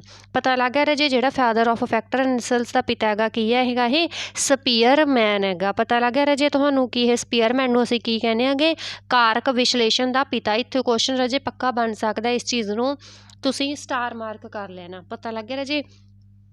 ਤਾਂ ਦੇਖੋ ਇੱਕ ਹੋਰ ਜਿਹੜਾ ਇੰਪੋਰਟੈਂਟ ਲਾਈਨ ਹੈਗੀ, ਮੈਂ ਅੱਜ ਦੀ ਕਲਾਸ ਦੇ ਵਿੱਚ ਜ਼ਿਆਦਾ ਰਾਜੇ ਤੁਹਾਨੂੰ ਸਿਰਫ ਉਹ ਚੀਜ਼ਾਂ ਨੂੰ ਇੰਪੋਰਟੈਂਟ ਨੂੰ ਲੈ ਕੇ ਆਈਆਂ ਜਿਨ੍ਹਾਂ ਦੇ ਵਿੱਚੋਂ ਕੁਐਸਚਨ ਬਣੇ ਨੇ। ਤੁਹਾਡੀ ਅੱਜ ਦੀ ਥਿਊਰੀ ਜੇਕਰ ਤੁਸੀਂ ਬਹੁਤ ਚੰਗੀ ਤਰ੍ਹਾਂ ਪੜ੍ਹ ਲੈਂਦੇ ਹੋਗੇ, ਆਪਣੇ ਨੋਟਸ ਬਣਾ ਲੈਂਦੇ ਹੋ, ਤਾਂ ਤੁਹਾਡੇ ਆਰਾਮ ਨਾਲ 3-4 ਕੁਐਸਚਨ ਇਸ ਦੇ ਵਿੱਚੋਂ ਬਣ ਜਾਣਗੇ। ਜੇਕਰ ਇਹ ਥਿਊਰੀ ਦੇ ਵਿੱਚੋਂ ਕੋਈ ਵੀ ਕੁਐਸਚਨ ਬਣਦਾ ਗਾ, ਚਾਹੇ ਕਿੰਨੇ ਵੀ ਕੁਐਸਚਨ ਬਣਨ, ਤਾਂ ਤੁਹਾਨੂੰ ਉਹਨਾਂ ਦੇ ਵਿੱਚ ਕੋਈ ਦਿੱਕਤ ਨਹੀਂ ਆਊਗੀ, ਠੀਕ ਹੈ ਰਾਜੇ। ਕਿਉਂਕਿ ਜਿਹੜੇ ਵੀ ਪਹਿਲਾਂ ਕੁਐਸਚਨ ਬਣੇ ਹੋਏ ਨੇ, ਜਿੱਦਾਂ ਦੇ ਅਸੀਂ ਇਸ ਕਲਾਸ ਦੇ ਵਿੱਚ ਲਾਸਟ 'ਤੇ ਤੁਹਾਨੂੰ ਕੁਐਸਚਨ ਵੀ ਦਿਖਾਵਾਂਗੇ ਕਿ ਇਸ ਥਿਊਰੀ ਦੇ ਵਿੱਚ ਕਿੱਦਾਂ ਦੇ ਕੁਐਸਚਨ ਬਣਦੇ ਨੇ, ਠੀਕ ਹੈ। ਅਤੇ ਜਿਹੜੀ ਵੀ ਕੋਈ ਇੰਪੋਰਟੈਂਟ ਲਾਈਨ ਹੈ, ਇੰਪੋਰਟੈਂਟ ਚੀਜ਼ ਹੈ, ਮੈਂ ਉਸਨੂੰ ਇੰਪੋਰਟੈਂਟ ਮਾਰਕ ਹੀ ਕੀਤਾ ਹੋਇਆ।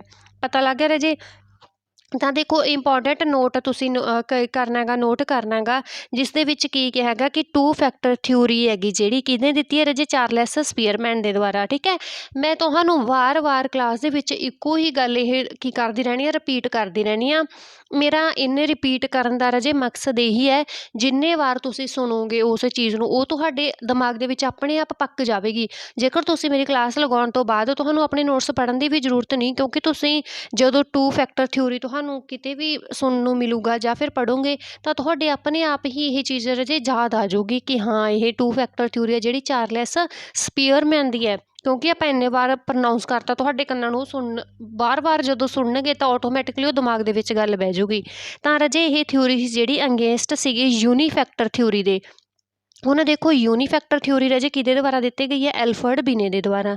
ਤਾਂ ਦੇਖੋ ਰਾਜੇ ਸਪੀਅਰਮੈਨ ਸੀ ਜਿਹੜਾ ਇਹ ਕਹਿੰਦਾ ਸੀਗਾ ਕਿ ਸਭ ਤੋਂ ਪਹਿਲਾਂ ਐਲਫਰਡ ਬਿਨੇ ਨੇ ਇਹ ਕਿਹਾ ਸੀਗਾ ਕਿ ਕੋਈ ਵੀ ਬੱਚਾ ਹੈਗਾ ਜਾਂ ਕੋਈ ਵੀ ਪਰਸਨ ਹੈ, ਉਹਦੇ ਵਿੱਚ ਜਿਹੜੇ ਕੀ ਹੁੰਦੇ ਨੇ ਗੁਣ ਹੁੰਦੇ ਨੇ, ਠੀਕ ਹੈ, ਉਹ ਕੀ ਹੁੰਦੇ ਨੇ? 1 ਫੈਕਟਰ ਦੇ ਵਿੱਚ ਹੁੰਦੇ ਨੇ। ਮਤਲਬ ਉਹਦੀ ਬੋਡੀ ਦੇ ਵਿੱਚ ਕੀ ਹੁੰਦਾ? ਮਾਈਂਡ ਦੇ ਵਿੱਚ, ਬੁੱਧੀ ਦੇ ਵਿੱਚ ਸਿਰਫ 1 ਫੈਕਟਰ ਹੁੰਦਾ ਜਿਸ ਦੇ ਵਿੱਚ ਸਾਰੀ ਬੁੱਧੀ ਕੀ ਹੈ ਉਹਦੀ ਐਡ ਕਰੀ ਹੁੰਦੀ ਹੈ। ਪਰ ਸਪੀਅਰਮੈਨ ਕਹਿੰਦਾ ਨਹੀਂ, ਇਹ ਚੀਜ਼ ਗਲਤ ਹੈਗੀ ਵੀ ਜਿਹੜੀ ਆਪਣੀ ਬੁੱਧੀ ਹੈ ਉਹ 1 ਫੈਕਟਰ ਨਹੀਂ ਹੈਗੀ, ਯੂਨੀਫੈਕਟਰ ਨਹੀਂ ਹੈਗੀ, ਇਹ 2 ਫੈਕਟਰ ਹੈ।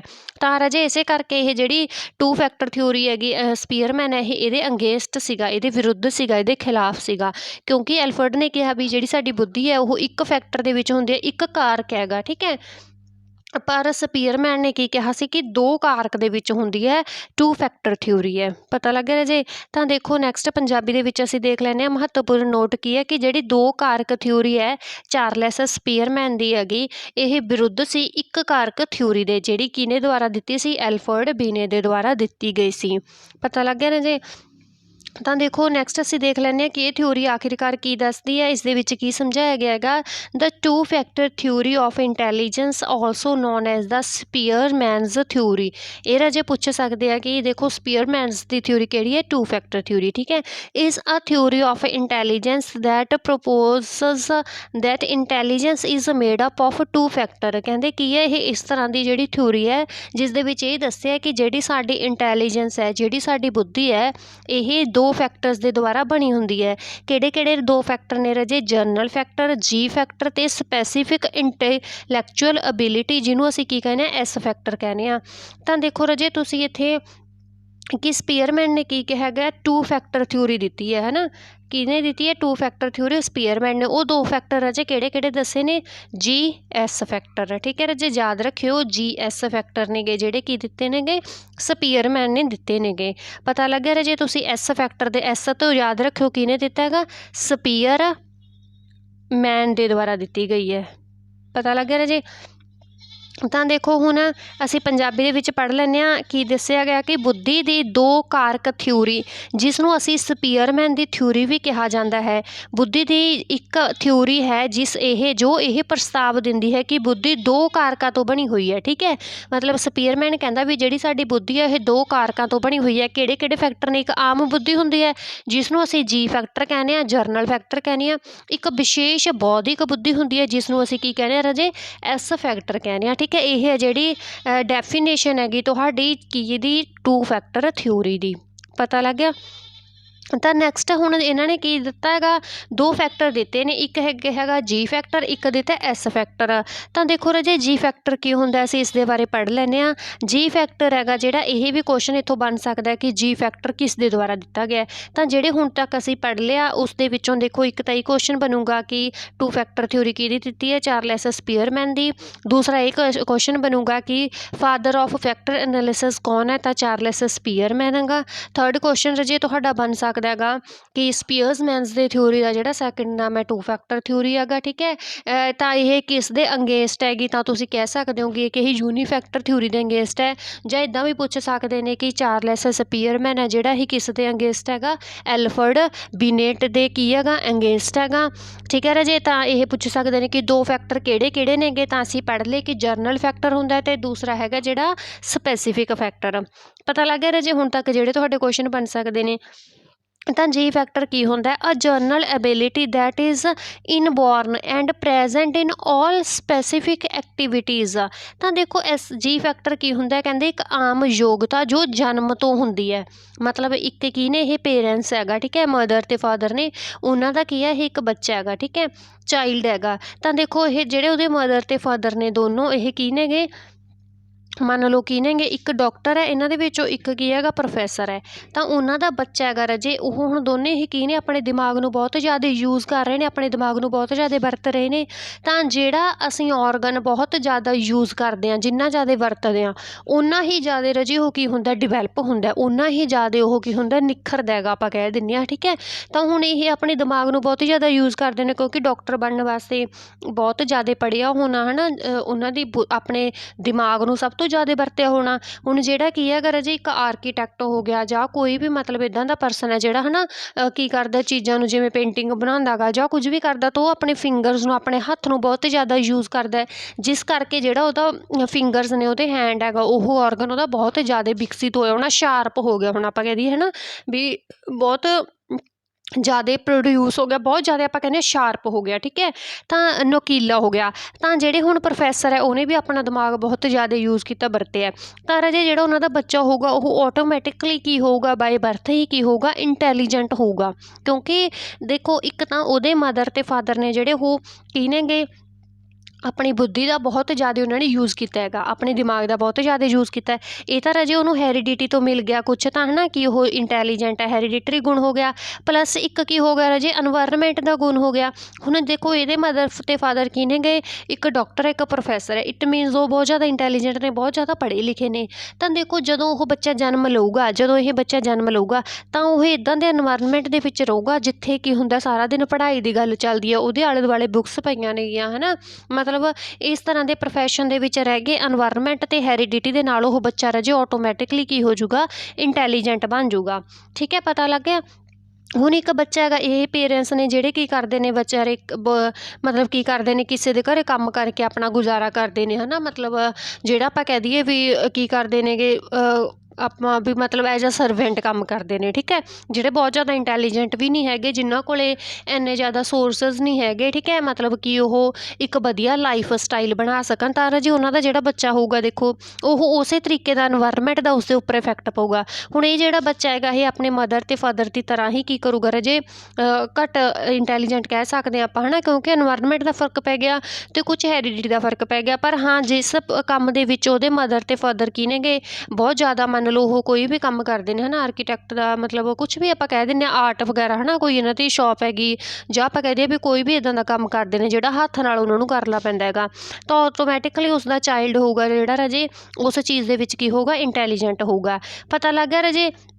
ਇਹ ਕੀ ਹੈਗੀ, ਇੱਕ ਜਿਹੜਾ ਜੀ ਫੈਕਟਰ ਦੀ ਐਗਜ਼ਾਮਪਲ ਹੈਗਾ ਕਿ ਜਿਹੜੀ ਸਾਡੇ ਵਿੱਚ ਵਿਸ਼ੇਸ਼ਤਾ ਹੁੰਦੀ ਹੈਗੀ, ਠੀਕ ਹੈ, ਉਹ ਕੀ ਹੁੰਦੀ ਹੈ ਰਾਜੇ, ਇਨਬੋਰਨ ਹੁੰਦੀ ਹੈ। ਕੁਛ ਇਨਬੋਰਨ ਹੁੰਦੀ ਹੈ, ਪਰ ਅਸੀਂ ਕੁਛ ਕੀ ਕਰਦੇ ਹਾਂ, ਟ੍ਰੇਨਿੰਗ ਦੇ ਨਾਲ ਸਿੱਖ ਲੈਂਦੇ ਹਾਂ। ਕਿਉਂਕਿ ਹੁਣ ਦੇਖੋ ਕਈ ਵਾਰ ਕੀ ਹੁੰਦਾ ਹੈਗਾ, ਜਿਹੜੇ ਆਪਾਂ ਕਹਿੰਦੇ ਹਾਂ ਵੀ ਵੱਡੇ ਵੱਡੇ ਪਲੇਅਰਸ ਹੁੰਦੇ ਨੇ, ਹੈ ਨਾ, ਜਾਂ ਪੇਂਟਰ ਹੁੰਦੇ ਨੇ, ਤਾਂ ਜ਼ਰੂਰੀ ਨਹੀਂ ਕਿ ਉਹਨਾਂ ਦੇ ਫਾਦਰ ਮਦਰ ਪੇਂਟਰ ਹੀ ਹੋਣ, ਜਾਂ ਜਿਹੜਾ ਇੱਕ ਪਲੇਅਰ ਹੈਗਾ ਬਹੁਤ ਵੱਡਾ, ਹੈ ਨਾ, ਸਪੋਰਟਸ ਦਾ ਪਲੇਅਰ ਹੈਗਾ, ਕਿ ਉਹਦੇ ਮਦਰ ਅਤੇ ਫਾਦਰ ਪਲੇਅਰ ਹੀ ਹੋਣ। ਤਾਂ ਰਾਜੇ ਜਿਹੜਾ ਉਹ ਕੀ ਹੁੰਦਾ ਹੈਗਾ, ਇੱਕ ਗੁਣ ਹੁੰਦਾ ਹੈਗਾ, ਫੈਕਟਰ ਹੁੰਦਾ, ਉਹ ਬੱਚੇ ਨੇ ਕੀ ਕੀਤਾ ਹੁੰਦਾ, ਬਾਹਰੋਂ ਇਨਵਾਇਰਨਮੈਂਟ ਦੇ ਵਿੱਚੋਂ ਖੁਦ ਆਪਣੀ ਟ੍ਰੇਨਿੰਗ ਦੇ ਨਾਲ, ਆਪਣੇ ਐਕਸਪੀਰੀਅੰਸ ਦੇ ਨਾਲ ਅਡੈਪਟ ਕਰਿਆ ਹੁੰਦਾ ਹੈਗਾ। ਪਤਾ ਲੱਗਿਆ। ਤਾਂ ਹੁਣ ਜਿਹੜਾ ਜੀ ਫੈਕਟਰ ਹੈ, ਨੋਰਮਲ ਫੈਕਟਰ ਹੈਗਾ, ਇਹ ਕੀ ਹੁੰਦਾ ਹੈਗਾ, ਆਮ ਯੋਗਤਾ ਜੋ ਜਨਮ ਤੋਂ ਹੀ ਹੁੰਦੀ ਹੈ, ਸਾਰੀਆਂ ਵਿਸ਼ੇਸ਼ ਗਤੀਵਿਧੀਆਂ ਦੇ ਵਿੱਚ ਕੀ ਹੁੰਦੀ ਹੈ, ਮੌਜੂਦ ਹੁੰਦੀ ਹੈ। ਮਤਲਬ ਇਹ ਜਿਹੜੀਆਂ ਆਪਾਂ ਕੋਈ ਵੀ ਐਕਟੀਵਿਟੀਜ਼ ਕਰਦੇ ਹਾਂ ਤਾਂ ਉਹਨਾਂ ਸਾਰੀਆਂ ਐਕਟੀਵਿਟੀਜ਼ ਦੇ ਵਿੱਚ ਹੀ ਇਹ ਕੀ ਹੋਊਗੀ, ਮੌਜੂਦ ਹੋਊਗੀ। ਸੈਕਿੰਡ ਅਸੀਂ ਪੜ੍ਹਦੇ ਹਾਂ, it is a considered to represent the nature of intelligent play are role in almost all human activities. ਕਹਿੰਦੇ ਕੀ ਹੈਗਾ, ਇਹ ਬੁੱਧੀ ਦੀ ਪ੍ਰਕਿਰਤੀ ਨੂੰ ਦਰਸਾਉਂਦਾ ਹੈ। ਤਾਂ ਪਤਾ ਲੱਗ ਰਿਹਾ ਜੀ ਤੁਹਾਨੂੰ ਕਿ ਇਹ ਕੀ ਹੈਗਾ, ਇੱਕ ਆਮ ਯੋਗਤਾ ਜੋ ਜਨਮ ਤੋਂ ਹੁੰਦੀ ਹੈ। ਇਹ ਇੱਥੋਂ ਕੁਐਸਚਨ ਤੁਹਾਡਾ ਬਣ ਸਕਦਾ ਹੈਗਾ। ਠੀਕ ਹੈ, ਅਤੇ it is a consider to represent the nature of intelligent and play are role in almost all human activities. ਕਹਿੰਦੇ ਇਹ ਬੁੱਧੀ ਦੀ ਪ੍ਰਕਿਰਤੀ ਨੂੰ ਦਰਸਾਉਂਦਾ ਹੈ। ਠੀਕ ਹੈ, ਨੇਚਰ ਦੱਸਦਾ ਵੀ ਸਾਡੇ ਇੰਟੈਲੀਜੈਂਸ ਦਾ ਨੇਚਰ ਕਿੱਦਾਂ ਦਾ, ਸਾਡੀ ਬੁੱਧੀ ਦੀ ਜਿਹੜੀ ਪ੍ਰਕਿਰਤੀ ਕਿੱਦਾਂ ਦੀ ਹੈਗੀ। ਠੀਕ ਹੈ, ਅਤੇ ਲਗਭਗ ਸਾਰੀਆਂ ਮਨੁੱਖੀ ਗਤੀਵਿਧੀਆਂ ਵਿੱਚ ਭੂਮਿਕਾ ਨਿਭਾਉਂਦਾ ਹੈ। ਮਤਲਬ ਸਾਰੀਆਂ ਗਤੀਵਿਧੀਆਂ ਵਿੱਚ ਭੂਮਿਕਾ ਨਿਭਾਉਂਦਾ ਹੈ। ਜਿਵੇਂ ਕਿ ਹੁਣ ਦੇਖੋ, ਇੱਕ ਜਿਹੜਾ ਬੱਚਾ ਹੈਗਾ ਕੀ ਹੈ, ਇਹ ਉਹਦੇ ਮਦਰ ਅਤੇ ਫਾਦਰ ਕੀ ਨੇ, ਦੋਨੋਂ ਪ੍ਰੋਫੈਸਰ ਨੇ। ਹੁਣ ਜਿਹੜਾ ਉਹਦਾ ਬੱਚਾ ਹੋਊਗਾ ਉਹ ਇਹ ਨਹੀਂ ਆਪਾਂ ਕਹਿ ਸਕਦੇ ਕਿ ਸਿਰਫ ਮੈਥ ਦੇ ਵਿੱਚ ਵਧੀਆ ਹੋਊਗਾ।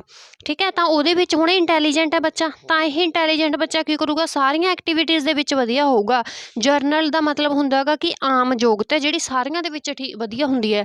ਜਿਵੇਂ ਕਿ ਹੁਣ ਇਹ ਪਹਿਲੀ ਗੱਲ ਮੈਥ ਦੇ ਵਿੱਚ ਵਧੀਆ ਹੋਊਗਾ, ਇੰਗਲਿਸ਼ ਇਹਦੀ ਬਹੁਤ ਵਧੀਆ ਹੋਊਗੀ, SST ਸਾਇੰਸ ਸਾਰੇ ਸਬਜੈਕਟ ਵਧੀਆ ਹੋਣਗੇ।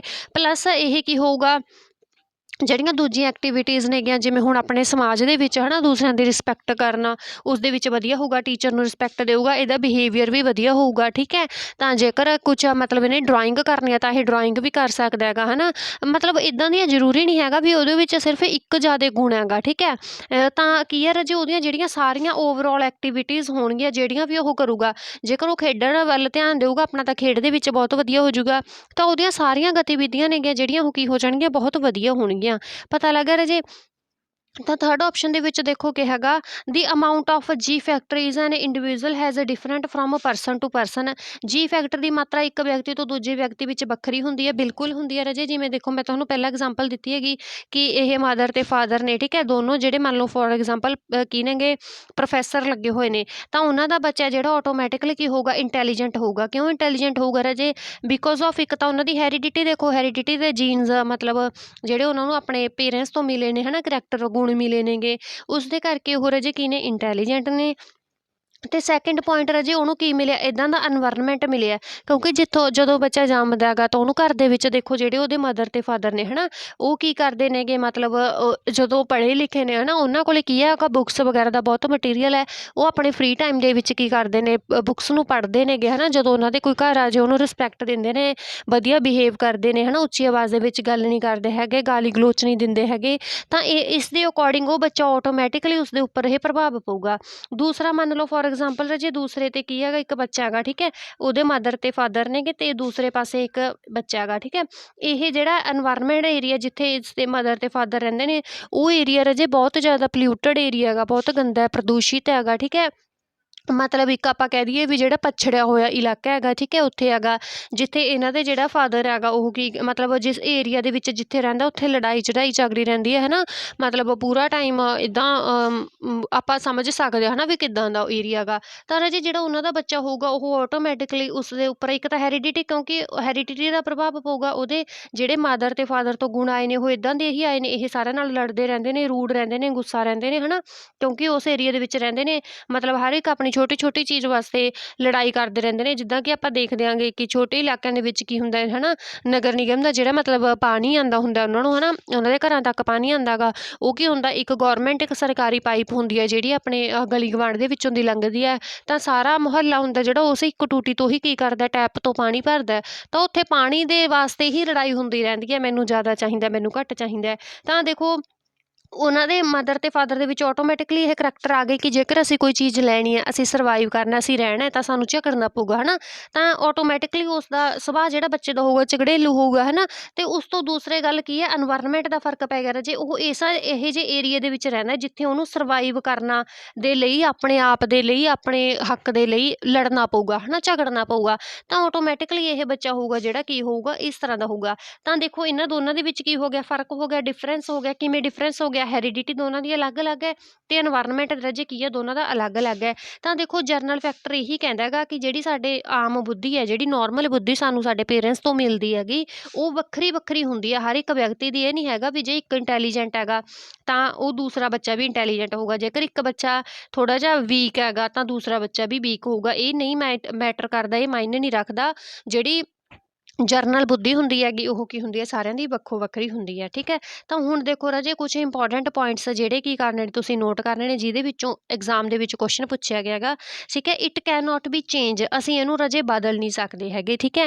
ਹੁਣ ਜੇਕਰ ਕੋਈ ਬੱਚਾ ਦੇਖੋ, ਜਿਸ ਬੱਚੇ ਦੇ ਕੀ ਨੇ ਮਦਰ ਅਤੇ ਫਾਦਰ ਪ੍ਰੋਫੈਸਰ ਨੇ, ਉਹ ਬੱਚਾ ਇੰਟੈਲੀਜੈਂਟ ਹੈਗਾ, ਬਹੁਤ ਜ਼ਿਆਦਾ ਇੰਟੈਲੀਜੈਂਟ ਹੈ ਠੀਕ ਹੈ ਆਟੋਮੈਟਿਕਲੀ, ਕਿਉਂਕਿ ਬਾਈ ਬਰਥ ਉਸ ਨੂੰ ਇੰਟੈਲੀਜੈਂਸ, ਉਸ ਦੀ ਬੁੱਧੀ ਹੈ ਜਿਹੜੀ ਆਪਣੇ ਮਾਂ ਬਾਪ ਤੋਂ ਮਿਲ ਗਈ, ਉਸਦੇ ਕਰੈਕਟਰ ਦੇ ਅਕੋਰਡਿੰਗ, ਉਸਦੇ ਗੁਣਾਂ ਦੇ ਮੁਤਾਬਕ ਠੀਕ ਹੈ। ਅਤੇ ਦੂਜਾ ਉਹ ਇਸ ਤਰ੍ਹਾਂ ਦੇ ਏਰੀਏ ਦੇ ਵਿੱਚ ਰਿਹਾ, ਇਨਵਾਇਰਮੈਂਟ ਦੇ ਵਿੱਚ ਰਿਹਾ ਹੈਗਾ ਠੀਕ ਹੈ। ਘਰ ਦਾ ਮਾਹੌਲ ਇੱਦਾਂ ਦਾ ਹੈਗਾ ਜਿੱਥੇ ਪੂਰਾ ਟਾਈਮ ਮਤਲਬ ਵਧੀਆ ਗੁਣ ਸਿਖਾਏ ਜਾਂਦੇ ਨੇ ਕਿ ਦੂਜਿਆਂ ਦੀ ਰਿਸਪੈਕਟ ਕਰਨੀ ਹੈ, ਵਧੀਆ ਬਿਹੇਵ ਕਰਨਾ ਹੈ ਨਾ, ਬੁੱਕਸ ਪੜ੍ਹਨੀਆਂ ਨੇ ਫ੍ਰੀ ਟਾਈਮ ਦੇ ਵਿੱਚ, ਕਿਸੇ ਨੂੰ ਮਾੜਾ ਨਹੀਂ ਬੋਲਣਾ, ਲੜਾਈ ਚੜਾਈ ਨਹੀਂ ਕਰਨੀ ਹੈਗੀ।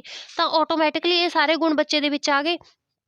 ਤਾਂ ਰਾਜੇ ਇਹ ਨਹੀਂ ਹੈਗਾ ਕਿ ਕੱਲ੍ਹ ਨੂੰ ਅਸੀਂ ਇਹ ਬੱਚੇ ਦੇ ਗੁਣਾਂ ਨੂੰ ਕੀ ਕਰ ਦਾਂਗੇ, ਚੇਂਜ ਕਰ ਦਾਂਗੇ, ਇਹ ਬੱਚੇ ਨੂੰ ਅਸੀਂ ਝਗੜਾਲੂ ਬਣਾ ਦਾਂਗੇ ਜਾਂ ਬੱਚੇ ਨੂੰ ਰੂਡ ਬਣਾ ਦਾਂਗੇ ਠੀਕ ਹੈ।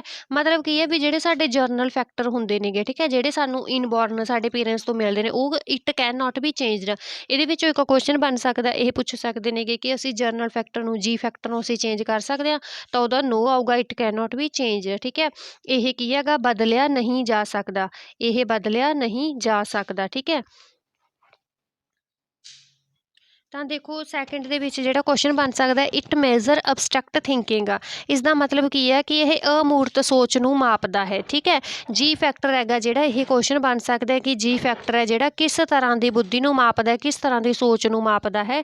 ਤਾਂ ਅਮੂਰਤ ਹੁਣ ਜਿਹੜੀ ਅਬਸਟਰੈਕਟ ਹੁੰਦੀ ਹੈ, ਇਹ ਦਾ ਇਸ ਦਾ ਮਤਲਬ ਕੀ ਹੁੰਦਾ ਹੈ, ਅਬਸਟਰੈਕਟ ਹੁੰਦੀ ਹੈ ਜਿਹੜੀ ਸਾਡੇ ਸਾਹਮਣੇ ਨਹੀਂ ਹੁੰਦੀ ਹੈਗੀ ਠੀਕ ਹੈ।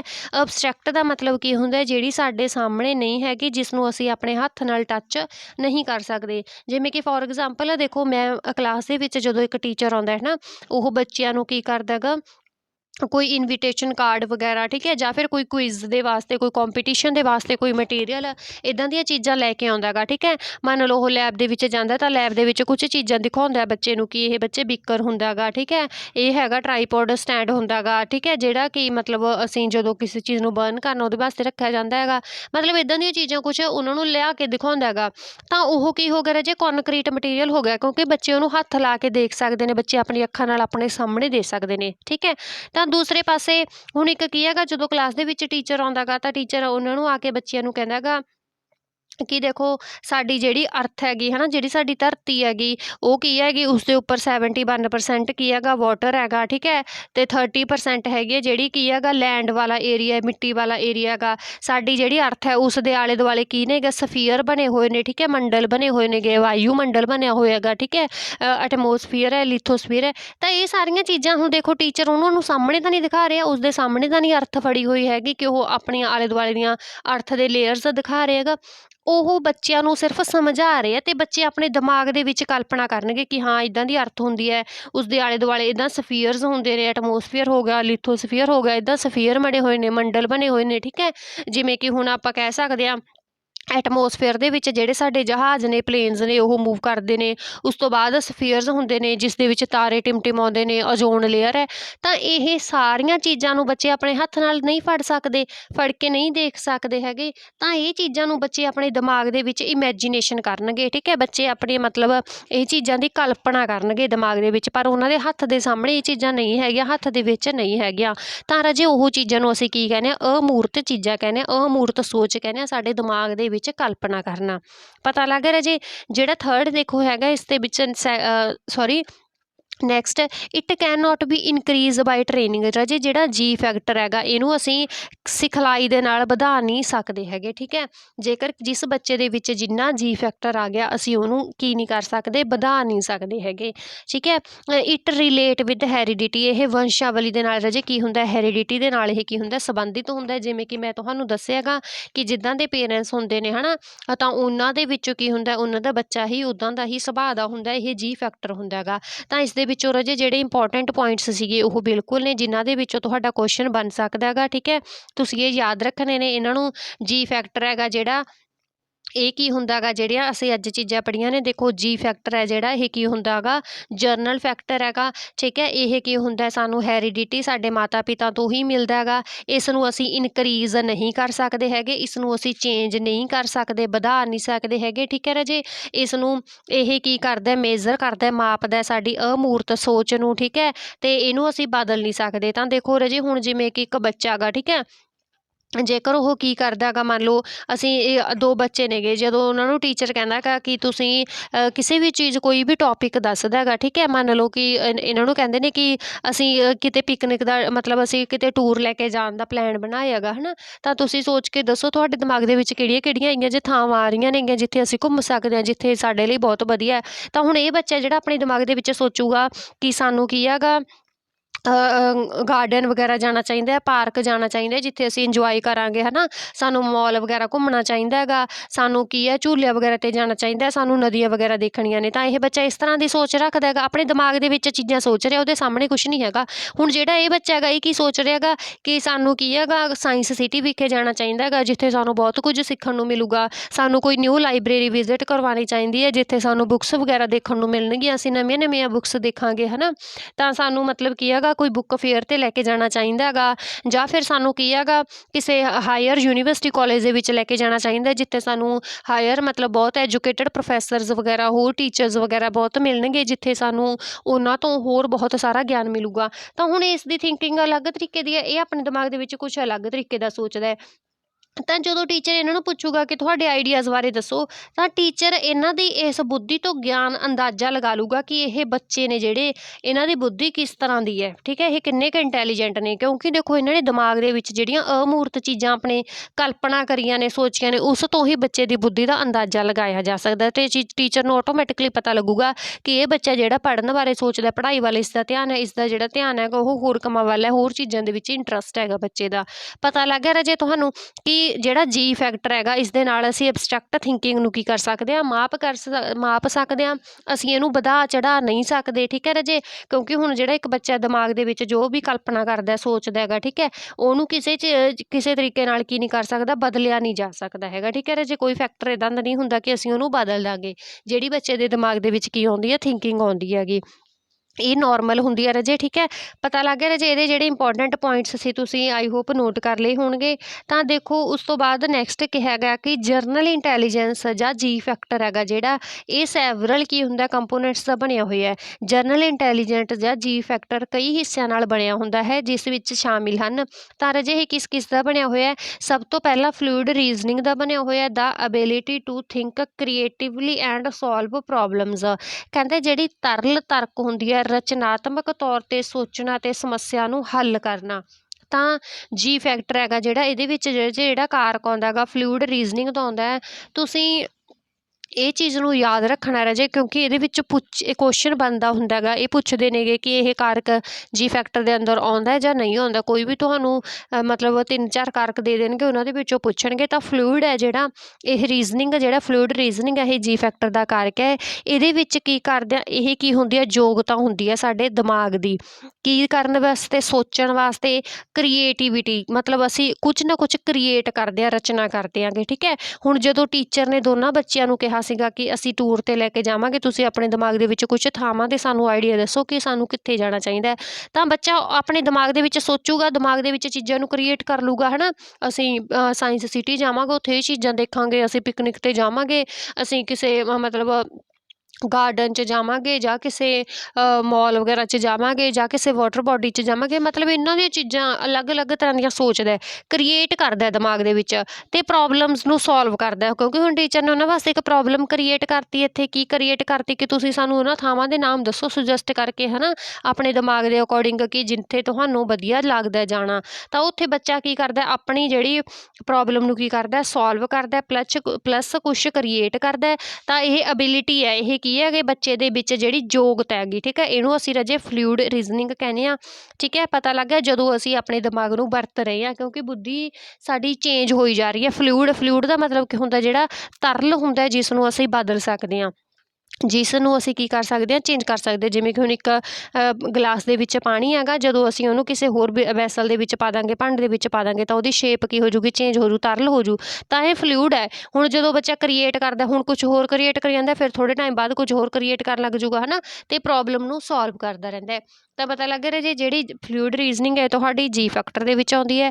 ਨੈਕਸਟ ਹੈਗਾ ਰਾਜੇ ਤੁਹਾਡੀ ਜਿਹੜੀ ਨੌਲੇਜ ਆ, ਪਰਸਨਜ਼ ਜਰਨਲ ਅੰਡਰਸਟੈਂਡਿੰਗ ਆਫ ਆ ਵਾਈਡ ਰੇਂਜ ਆਫ ਟੋਪਿਕ ਆ, ਗਿਆਨ ਵਿਸ਼ਿਆਂ ਦੀ ਇੱਕ ਵਿਸ਼ਾਲ ਸ਼੍ਰੇਣੀ ਬਾਰੇ ਇੱਕ ਵਿਅਕਤੀ ਦੀ ਆਮ ਸਮਝ ਹੈ, ਠੀਕ ਹੈ।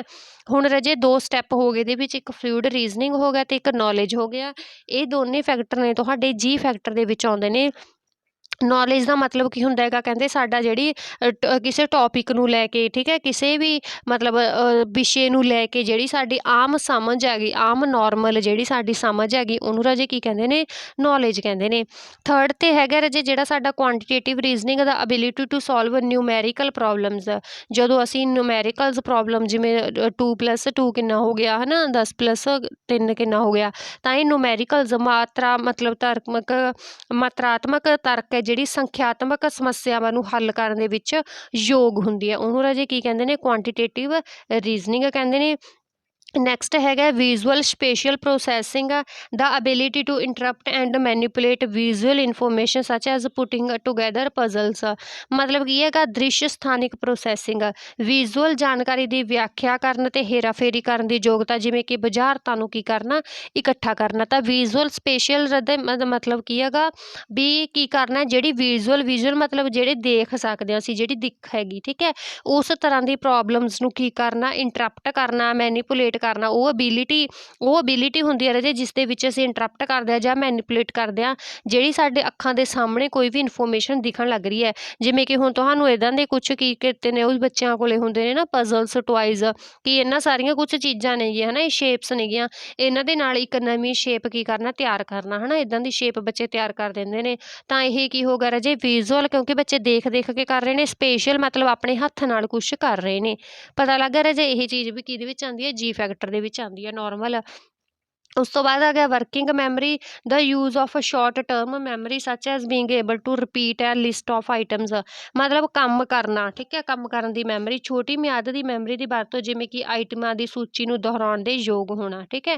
ਤਾਂ ਰਾਜੇ ਦੇਖੋ ਇਸ ਦੇ ਵਿੱਚ ਜਿਹੜੇ ਤੁਹਾਡੇ ਫੈਕਟਰਸ ਦੇ ਵਿੱਚ ਕਿਹੜੇ ਕਿਹੜੇ ਫੈਕਟਰਸ ਆਏ ਨੇ, ਜੀ ਫੈਕਟਰ ਦੇ ਵਿੱਚ ਜਿਹੜੇ ਤੁਸੀਂ ਯਾਦ ਰੱਖਣੇ, ਫਲੂਇਡ ਰੀਜ਼ਨਿੰਗ ਹੋ ਗਿਆ, ਠੀਕ ਹੈ, ਤੁਹਾਡਾ ਕੁਆਂਟੀਟੇਟਿਵ ਰੀਜ਼ਨਿੰਗ, ਇਹ ਦੋਨਾਂ ਚੀਜ਼ਾਂ ਨੂੰ ਯਾਦ ਰੱਖਣਾ। ਕਿਹੜੀਆਂ ਕਿਹੜੀਆਂ ਨੇ ਰਾਜੇ, ਇੱਕ ਫਲੂਇਡ ਹੈਗੀ, ਇੱਕ ਕਿਹੜੀ ਹੈ ਕੁਆਂਟੀਟੇਟਿਵ ਰੀਜ਼ਨਿੰਗ ਹੈਗੀ, ਅਤੇ ਥਰਡ ਹੈਗਾ ਨੌਲੇਜ ਹੋ ਗਿਆ ਤੁਹਾਡਾ, ਵਿਜ਼ੂਅਲ ਸਪੇਸ਼ੀਅਲ ਪ੍ਰੋਸੈਸਿੰਗ ਹੋ ਗਿਆ, ਅਤੇ ਤੁਹਾਡੀ ਮੈਮਰੀ ਹੋ ਗਿਆ, ਠੀਕ ਹੈ ਰਾਜੇ। ਇਸ ਦੇ ਵਿੱਚੋਂ ਕੁਐਸਚਨ ਪੱਕਾ ਬਣ ਸਕਦਾ ਹੈਗਾ, ਕਿਉਂਕਿ ਇੱਦਾਂ ਕਹਿ ਸਕਦੇ ਨੇਗੇ ਕਿ ਕੋਈ ਵੀ ਹੋਰ ਫੈਕਟਰ ਦੇ ਕੇ ਕਿ ਇਹ ਮੰਨ ਲਓ ਕੋਈ ਵੀ ਫੈਕਟਰ ਦੇਤਾ, ਠੀਕ ਹੈ, ਕਿ ਇਹ ਫੈਕਟਰ ਹੈਗਾ ਜਿਹੜਾ ਜੀ ਫੈਕਟਰ ਦਾ ਜਿਹੜਾ ਕੰਪੋਨੈਂਟ ਹੈਗਾ ਜਾਂ ਫਿਰ ਨਹੀਂ ਹੈਗਾ, ਇੱਦਾਂ ਦਾ ਕੁਐਸਚਨ ਰਾਜੇ ਬਣ ਸਕਦਾ ਹੈਗਾ। ਪਤਾ ਲੱਗਿਆ? ਤਾਂ ਇਹਨਾਂ ਨੂੰ ਤੁਸੀਂ ਯਾਦ ਰੱਖਣਾ ਰਾਜੇ, ਕਿਹੜੇ ਕਿਹੜੇ ਨੇਗੇ, ਫਲੂਇਡ ਰੀਜ਼ਨਿੰਗ ਹੋ ਗਿਆ, ਨੌਲੇਜ ਹੋ ਗਿਆ ਤੁਹਾਡਾ, ਠੀਕ ਹੈ, ਕੁਆਂਟੀਟੇਟਿਵਲੀ ਰੀਜ਼ਨਿੰਗ ਹੋ ਗਿਆ, ਵਿਜ਼ੂਅਲ ਸਪੇਸ਼ੀਅਲ ਪ੍ਰੋਸੈਸਿੰਗ ਹੋ ਗਿਆ, ਅਤੇ ਤੁਹਾਡਾ ਕੀ ਹੋ ਗਿਆ, ਵਰਕਿੰਗ ਹੋ ਗਿਆ, ਠੀਕ ਹੈ ਰਾਜੇ। FKQBW ਇਸ ਨੂੰ ਤੁਸੀਂ ਯਾਦ ਰੱਖਣਾ। ਇਹ ਸਾਰੇ ਫੈਕਟਰ ਕਿਸ ਦੇ ਵਿੱਚ ਆਉਂਦੇ ਨੇ, ਜੀ ਫੈਕਟਰ ਦੇ ਵਿੱਚ ਆਉਂਦੇ ਨੇ। ਪਤਾ ਲੱਗ ਗਿਆ ਰਾਜੇ? ਤਾਂ ਨੈਕਸਟ ਦੇਖੋ ਅਸੀਂ ਦੇਖਦੇ ਆਂਗੇ ਕਿ ਜਰਨਲ ਫੈਕਟਰ ਦੇ, ਹੁਣ ਇੱਥੇ ਤੁਹਾਨੂੰ ਇੱਕ ਡਾਇਗਰਾਮ ਦੇ ਵਿੱਚ ਸਾਰਾ ਸਮਝਾਇਆ ਗਿਆ ਗਾ। ਤਾਂ ਦੇਖੋ ਰਾਜੇ ਜਿਹੜਾ ਜਰਨਲ ਫੈਕਟਰ ਹੁੰਦਾ ਇਸ ਦੇ ਵਿੱਚ ਕਿਹੜੀਆਂ ਆਉਂਦੀਆਂ ਨੇਗੀਆਂ, ਵਰਬਲ ਰੀਜ਼ਨਿੰਗ ਆਉਂਦੀ ਹੈਗੀ, ਕੁਆਂਟੀਟੇਟਿਵਲੀ ਰੀਜ਼ਨਿੰਗ ਆਉਂਦੀ ਹੈਗੀ, ਅਬਸਟਰੈਕਟ ਵਿਜ਼ੂਅਲ ਰੀਜ਼ਨਿੰਗ ਆਉਂਦੀ ਹੈ, ਅਤੇ ਸ਼ਾਰਟ ਟਰਮ ਕੀ ਆਉਂਦੀ ਹੈ, ਮੈਮਰੀ ਆਉਂਦੀ ਹੈ, ਠੀਕ ਹੈ। ਹੁਣ ਵਰਬਲ ਰੀਜ਼ਨਿੰਗ ਕੀ ਹੁੰਦਾ ਗਾ, ਵੋਕੈਬਲਰੀ ਕੰਪਰੀਹੈਂਸਿਵ, ਠੀਕ ਹੈ, ਵੋਕੈਬ ਨੂੰ ਰਾਜੇ ਕੀ ਕਰਨਾ, ਯੂਜ਼ ਕਰਨਾ, ਵੋਕੈਬਲਰੀ ਕੰਪਰੀਹੈਂਸ਼ਨਸ, ਜਿਸ ਦੇ ਵਿੱਚ ਵਰਬਲ ਦਾ ਮਤਲਬ ਹੁੰਦਾ ਰਾਜੇ ਜਦੋਂ ਅਸੀਂ ਕਿਸੇ ਚੀਜ਼ ਨੂੰ ਆਪਣੇ ਮਾਊਥ ਦੇ ਨਾਲ ਹੈ ਨਾ ਮੌਖਿਕ ਕਹਿ ਦਿੰਦੇ ਆਂਗੇ, ਬੋਲਦੇ ਹਾਂ। ਤਾਂ ਉਸ ਤੋਂ ਬਾਅਦ ਕੁਆਂਟੀਟੇਟਿਵਲੀ ਰੀਜ਼ਨਿੰਗ, ਨੰਬਰ ਸੀਰੀਜ਼, ਕੁਆਂਟੀਟੇਟਿਵਲੀ ਟੈਸਟ, ਮਤਲਬ ਜਦੋਂ ਅਸੀਂ ਨੰਬਰਸ ਸੀਰੀਜ਼ 1 2 3 ਇੱਦਾਂ ਸੀਰੀਜ਼ ਦੇ ਵਿੱਚ ਬਣਾਉਂਦੇ ਹਾਂ, ਨੰਬਰਸ ਨੂੰ ਯੂਜ਼ ਕਰਦੇ ਹਾਂ, ਠੀਕ ਹੈ। Abstract visual reasoning, paper folding, copying, ਠੀਕ ਹੈ। ਇਸ ਦੇ ਵਿੱਚ ਅਸੀਂ ਜਦੋਂ ਪੇਪਰ ਫੋਲਡ ਕਰਦੇ ਹਾਂ ਕਾਪਿੰਗ ਦੇ ਵਿੱਚ ਸਾਡੀ ਜਿਹੜੀ ਅਬਸਟਰੈਕਟ ਹੈਗੀ, ਠੀਕ ਹੈ, ਅਮੂਰਤ ਹੈਗੀ, ਅਤੇ ਵਿਜ਼ੂਅਲ ਦੇਖਣ ਦੀ ਸ਼ਕਤੀ, ਰੀਜ਼ਨਿੰਗ ਕੀ ਹੋ ਰਹੀ ਹੈ, ਤਰਕ ਯੂਜ਼ ਹੋ ਰਹੀ ਹੈ। Short term memory, memory for sentence, memory for digits, ਠੀਕ ਹੈ ਰਾਜੇ, ਮਤਲਬ ਕੋਈ ਛੋਟਾ ਜਿਹਾ ਸੈਂਟੈਂਸ ਬਣਾਉਣਾ ਉਸ ਟਾਈਮ 'ਤੇ ਅਸੀਂ ਥੋੜ੍ਹੇ ਟਾਈਮ ਦੇ ਵਾਸਤੇ ਜਿਹੜੀ ਸਾਡੀ ਦਿਮਾਗ ਦੇ ਵਿੱਚ ਬੁੱਧੀ ਪਈ ਹੈ, ਸ਼ਕਤੀ ਹੈ, ਉਹਨੂੰ ਕੀ ਕਰਦੇ ਹਾਂ, ਯੂਜ਼ ਕਰਦੇ ਹਾਂ, ਠੀਕ ਹੈ। ਜਾਂ ਫਿਰ ਡਿਜਿਟਸ ਦੇ ਵਾਸਤੇ ਕੀ ਕਰਦੇ ਹਾਂ, ਥੋੜ੍ਹੇ ਟਾਈਮ ਦੀ ਸ਼ਾਰਟ ਟਰਮ ਦੀ ਮੈਮਰੀ ਨੂੰ ਅਸੀਂ ਕੀ ਕਰਦੇ ਹਾਂ, ਯੂਜ਼ ਕਰਦੇ ਹਾਂ। ਤਾਂ ਪਤਾ ਲੱਗ ਗਿਆ ਰਾਜੇ ਜਿਹੜੀਆਂ ਹੈਗੀਆਂ ਨੇ ਤੁਹਾਡੀਆਂ ਕਿ ਜਰਨਲ ਇੰਟੈਲੀਜੈਂਸ ਦੇ ਵਿੱਚ ਹੈਗੇ, ਜਿਹੜੀ ਵਰਬਲ ਹੈ, ਕੁਆਂਟੀਟੇਟਿਵਲੀ ਹੈ, ਅਬਸਟਰੈਕਟ ਹੈਗੀ, ਸ਼ਾਰਟ ਟਰਮ ਹੈਗੀ, ਇਹਨਾਂ ਨੂੰ ਤੁਸੀਂ ਯਾਦ ਰੱਖਣਾ ਹੈ।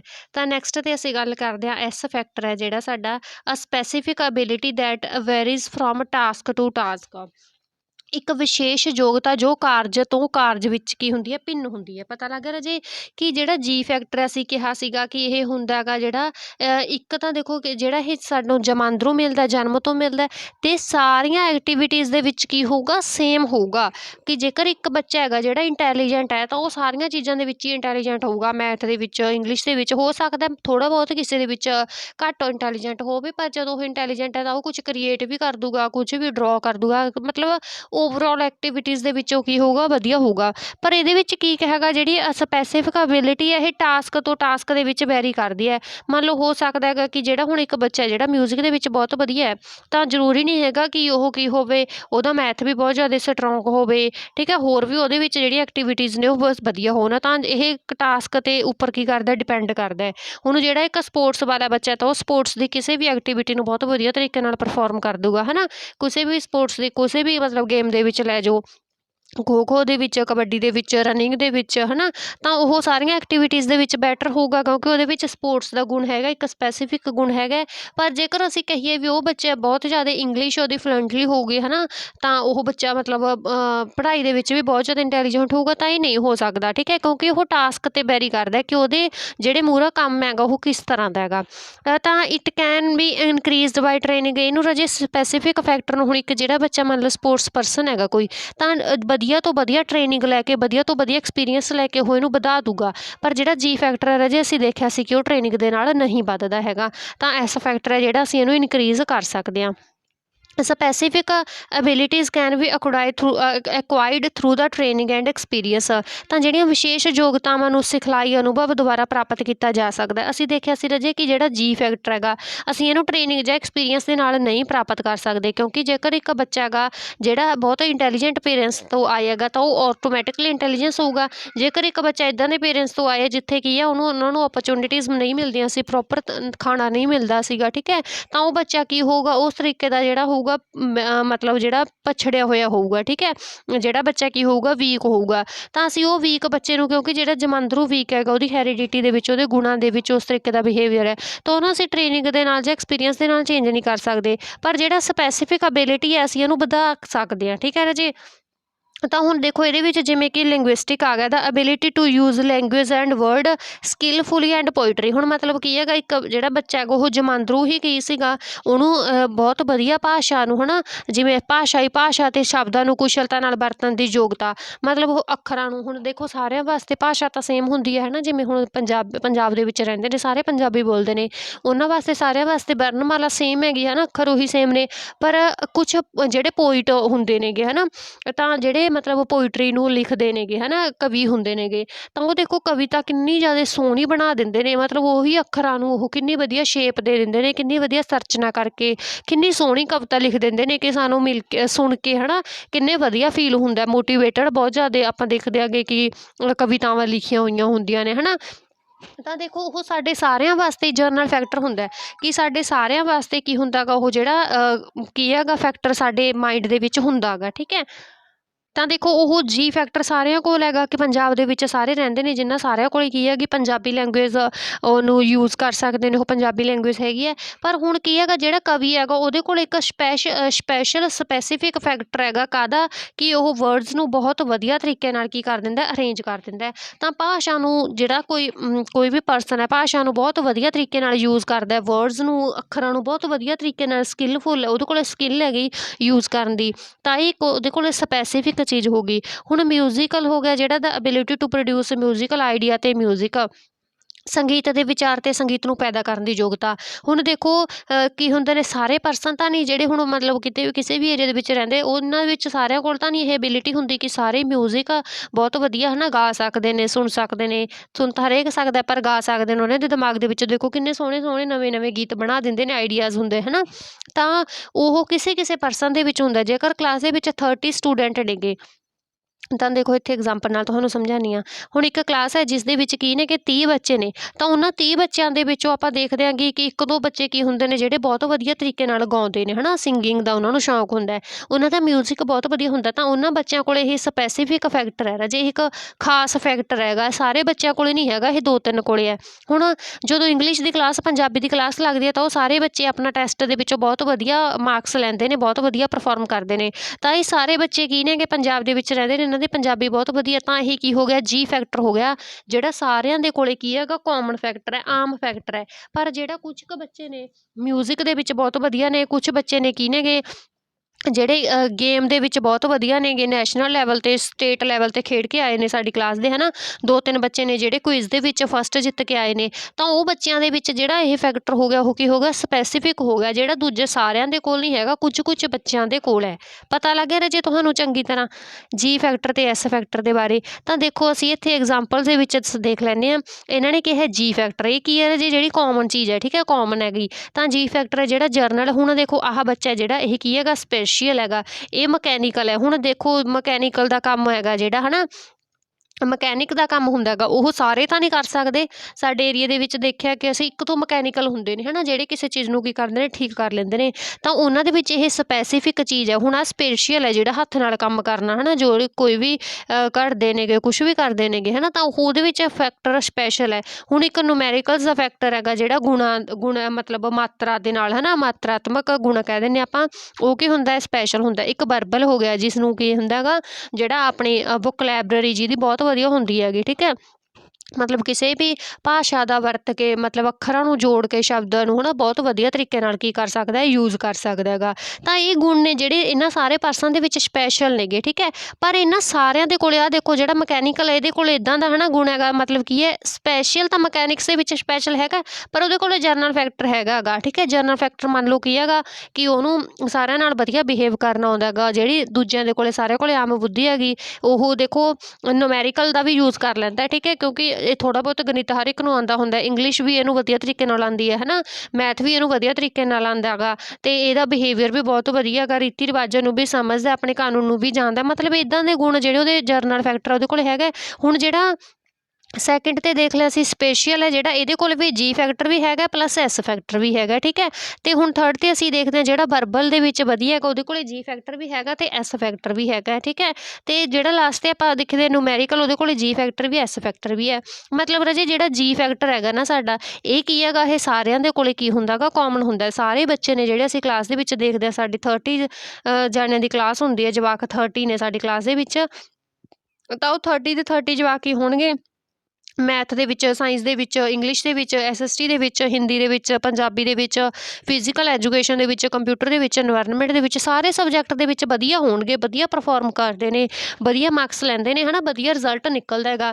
ਪਰ ਉਹਨਾਂ ਸਾਰਿਆਂ ਦੇ ਵਿੱਚੋਂ ਕੁਝ ਕੁ ਬੱਚੇ ਹੋਣਗੇ, 2-4 ਬੱਚੇ ਜਿਹੜੇ ਮਿਊਜ਼ਿਕ ਦੇ ਵਿੱਚ ਵਧੀਆ ਹੋਣਗੇ, ਉਹਨਾਂ ਦੇ ਵਿੱਚੋਂ 4-5 ਜਵਾਕ ਹੋਣਗੇ ਜਿਹੜੇ ਨੇ ਗੇਮ ਦੇ ਵਿੱਚ, ਸਪੋਰਟਸ ਦੇ ਵਿੱਚ ਬਹੁਤ ਵਧੀਆ ਹੋਣਗੇ। ਕੁਛ ਬੱਚੇ 3-4 ਬੱਚੇ ਹੋਣਗੇ ਜਿਨ੍ਹਾਂ ਦੀ ਡਰਾਇੰਗ ਬਹੁਤ ਹੀ ਜ਼ਿਆਦਾ ਵਧੀਆ ਹੈਗੀ, ਹੈ ਨਾ, ਮਤਲਬ ਉਹਨਾਂ ਦੀ ਆਰਟ ਜਿਹੜਾ ਬਹੁਤ ਜ਼ਿਆਦਾ ਵਧੀਆ ਹੈਗੀ, ਠੀਕ ਹੈ। ਤਾਂ ਉਹਨਾਂ ਦੇ ਵਿੱਚੋਂ 3-4 ਬੱਚੇ ਹੋਣਗੇ ਜਿਨ੍ਹਾਂ ਜਿਵੇਂ ਆਪਾਂ ਦੇਖਦੇ ਹਾਂ, ਆਪਾਂ ਸਕੂਲ ਦੇ ਵਿੱਚ ਫੰਕਸ਼ਨ ਪ੍ਰੋਗਰਾਮ ਕਰਵਾਉਂਦੇ ਹੁੰਦੇ ਹਾਂ, ਹੈ ਨਾ, ਬੱਚਿਆਂ ਦਾ ਡਾਂਸ ਬਹੁਤ ਵਧੀਆ ਹੁੰਦਾ ਹੈਗਾ, ਹੈ ਨਾ, ਮਤਲਬ ਇੱਦਾਂ ਦੀਆਂ ਚੀਜ਼ਾਂ। ਤਾਂ ਜਿਹੜੇ 10-15 ਬੱਚੇ ਹੋਣਗੇ ਜਿਹੜੇ ਇਸ ਤਰ੍ਹਾਂ ਦਾ ਉਹਨਾਂ ਦੇ ਵਿੱਚ ਕੀ ਹੋਊਗੀ, ਮਤਲਬ ਸਕਿੱਲ ਹੋਊਗੀ। ਤਾਂ ਦੇਖੋ ਰਾਜੇ ਇਹ ਜਿਹੜੇ ਤੁਹਾਡੇ ਫੈਕਟਰ ਨੇਗੇ, ਹੈ ਨਾ, ਜਿਹੜੇ ਇਹ ਫੈਕਟਰ ਨੇਗੇ ਕੀ ਹੋ ਗਏ, ਇਹ ਸਾਰਿਆਂ ਦੇ ਵਿੱਚ ਅਲੱਗ-ਅਲੱਗ ਸਪੈਸੀਫਿਕ ਹੋ ਗਏ। ਪਰ ਜਿਹੜੇ ਆਹ ਫੈਕਟਰ ਨੇ ਆਪਾਂ ਸਬਜੈਕਟ ਵਾਲੇ ਕਹਤੇ, ਇਹ ਸਾਰਿਆਂ ਦੇ ਵਿੱਚ ਕਾਮਨ ਨੇ। ਤਾਂ ਇਹ 30 ਦੇ ਵਿੱਚ ਜੀ ਫੈਕਟਰ ਕਾਮਨ ਹੈਗਾ, ਪਰ ਇਹ ਜਿਹੜੇ ਫੈਕਟਰ ਇਹ ਤੁਹਾਡਾ ਕੀ ਹੈਗਾ, ਸਪੈਸੀਫਿਕ ਫੈਕਟਰ ਹੈ। ਸਮਝ ਲੱਗ ਗਈ ਤਾਂ ਰਾਜੇ ਤੁਹਾਨੂੰ ਚੰਗੀ ਤਰ੍ਹਾਂ, ਮੈਨੂੰ ਉਮੀਦ ਹੈ ਕਿ ਤੁਹਾਨੂੰ ਚੰਗੀ ਤਰ੍ਹਾਂ ਸਮਝ ਲੱਗ ਗਈ ਹੋਣੀ। ਇਹ ਇੱਕ ਡਰਾਇੰਗ ਇਹਦੇ ਮਤਲਬ ਇੱਕ ਸਟਰਕਚਰ ਦੇ ਨਾਲ, ਇਹ ਸਾਰੀ ਪੂਰੀ ਫੋਟੋ ਦੇ ਨਾਲ, ਇਮੇਜ ਦੇ ਨਾਲ ਤੁਸੀਂ ਚੰਗੀ ਤਰ੍ਹਾਂ ਜੇਕਰ ਇਹਨੂੰ ਯਾਦ ਕਰ ਲਿਆ ਤਾਂ ਤੁਸੀਂ ਪੇਪਰ ਦੇ ਵਿੱਚ ਬਹਿ ਕੇ ਆਰਾਮ ਨਾਲ ਸਮਝ ਜਾਓਗੇ। ਪਤਾ ਲੱਗ ਗਿਆ। ਤਾਂ ਨੈਕਸਟ ਦੇਖੋ ਅਸੀਂ ਦੇਖਦੇ ਹਾਂਗੇ ਕਿ the total intelligence of an individual is the sum of ਜੀ factor and S factor. The performance of particular task depend upon both factor. ਇਸ ਚੀਜ਼ ਨੂੰ ਤੁਸੀਂ ਯਾਦ ਰੱਖਿਓ, I=G+S। ਕੀ ਕਹਿੰਦੇ ਨੇਗੇ, ਕਹਿੰਦੇ ਕਿ ਜਿਹੜਾ ਇੱਕ ਬੰਦੇ ਦੀ ਟੋਟਲ ਇੰਟੈਲੀਜੈਂਸ ਹੁੰਦੀ ਹੈ, ਪੂਰੀ ਮਤਲਬ ਸਾਰੀ ਬੁੱਧੀ ਹੁੰਦੀ ਹੈ ਜਿਹੜੀ ਟੋਟਲ, ਠੀਕ ਹੈ, ਉਹ ਕੀ ਹੁੰਦੀ ਹੈ, ਉਹ ਜੀ ਫੈਕਟਰ ਪਲੱਸ ਐਸ ਫੈਕਟਰ ਦੋਨਾਂ ਦਾ ਕੀ ਹੁੰਦੀ ਹੈ ਰਾਜੇ, ਕੰਬੀਨੇਸ਼ਨ ਹੁੰਦੀ ਹੈ।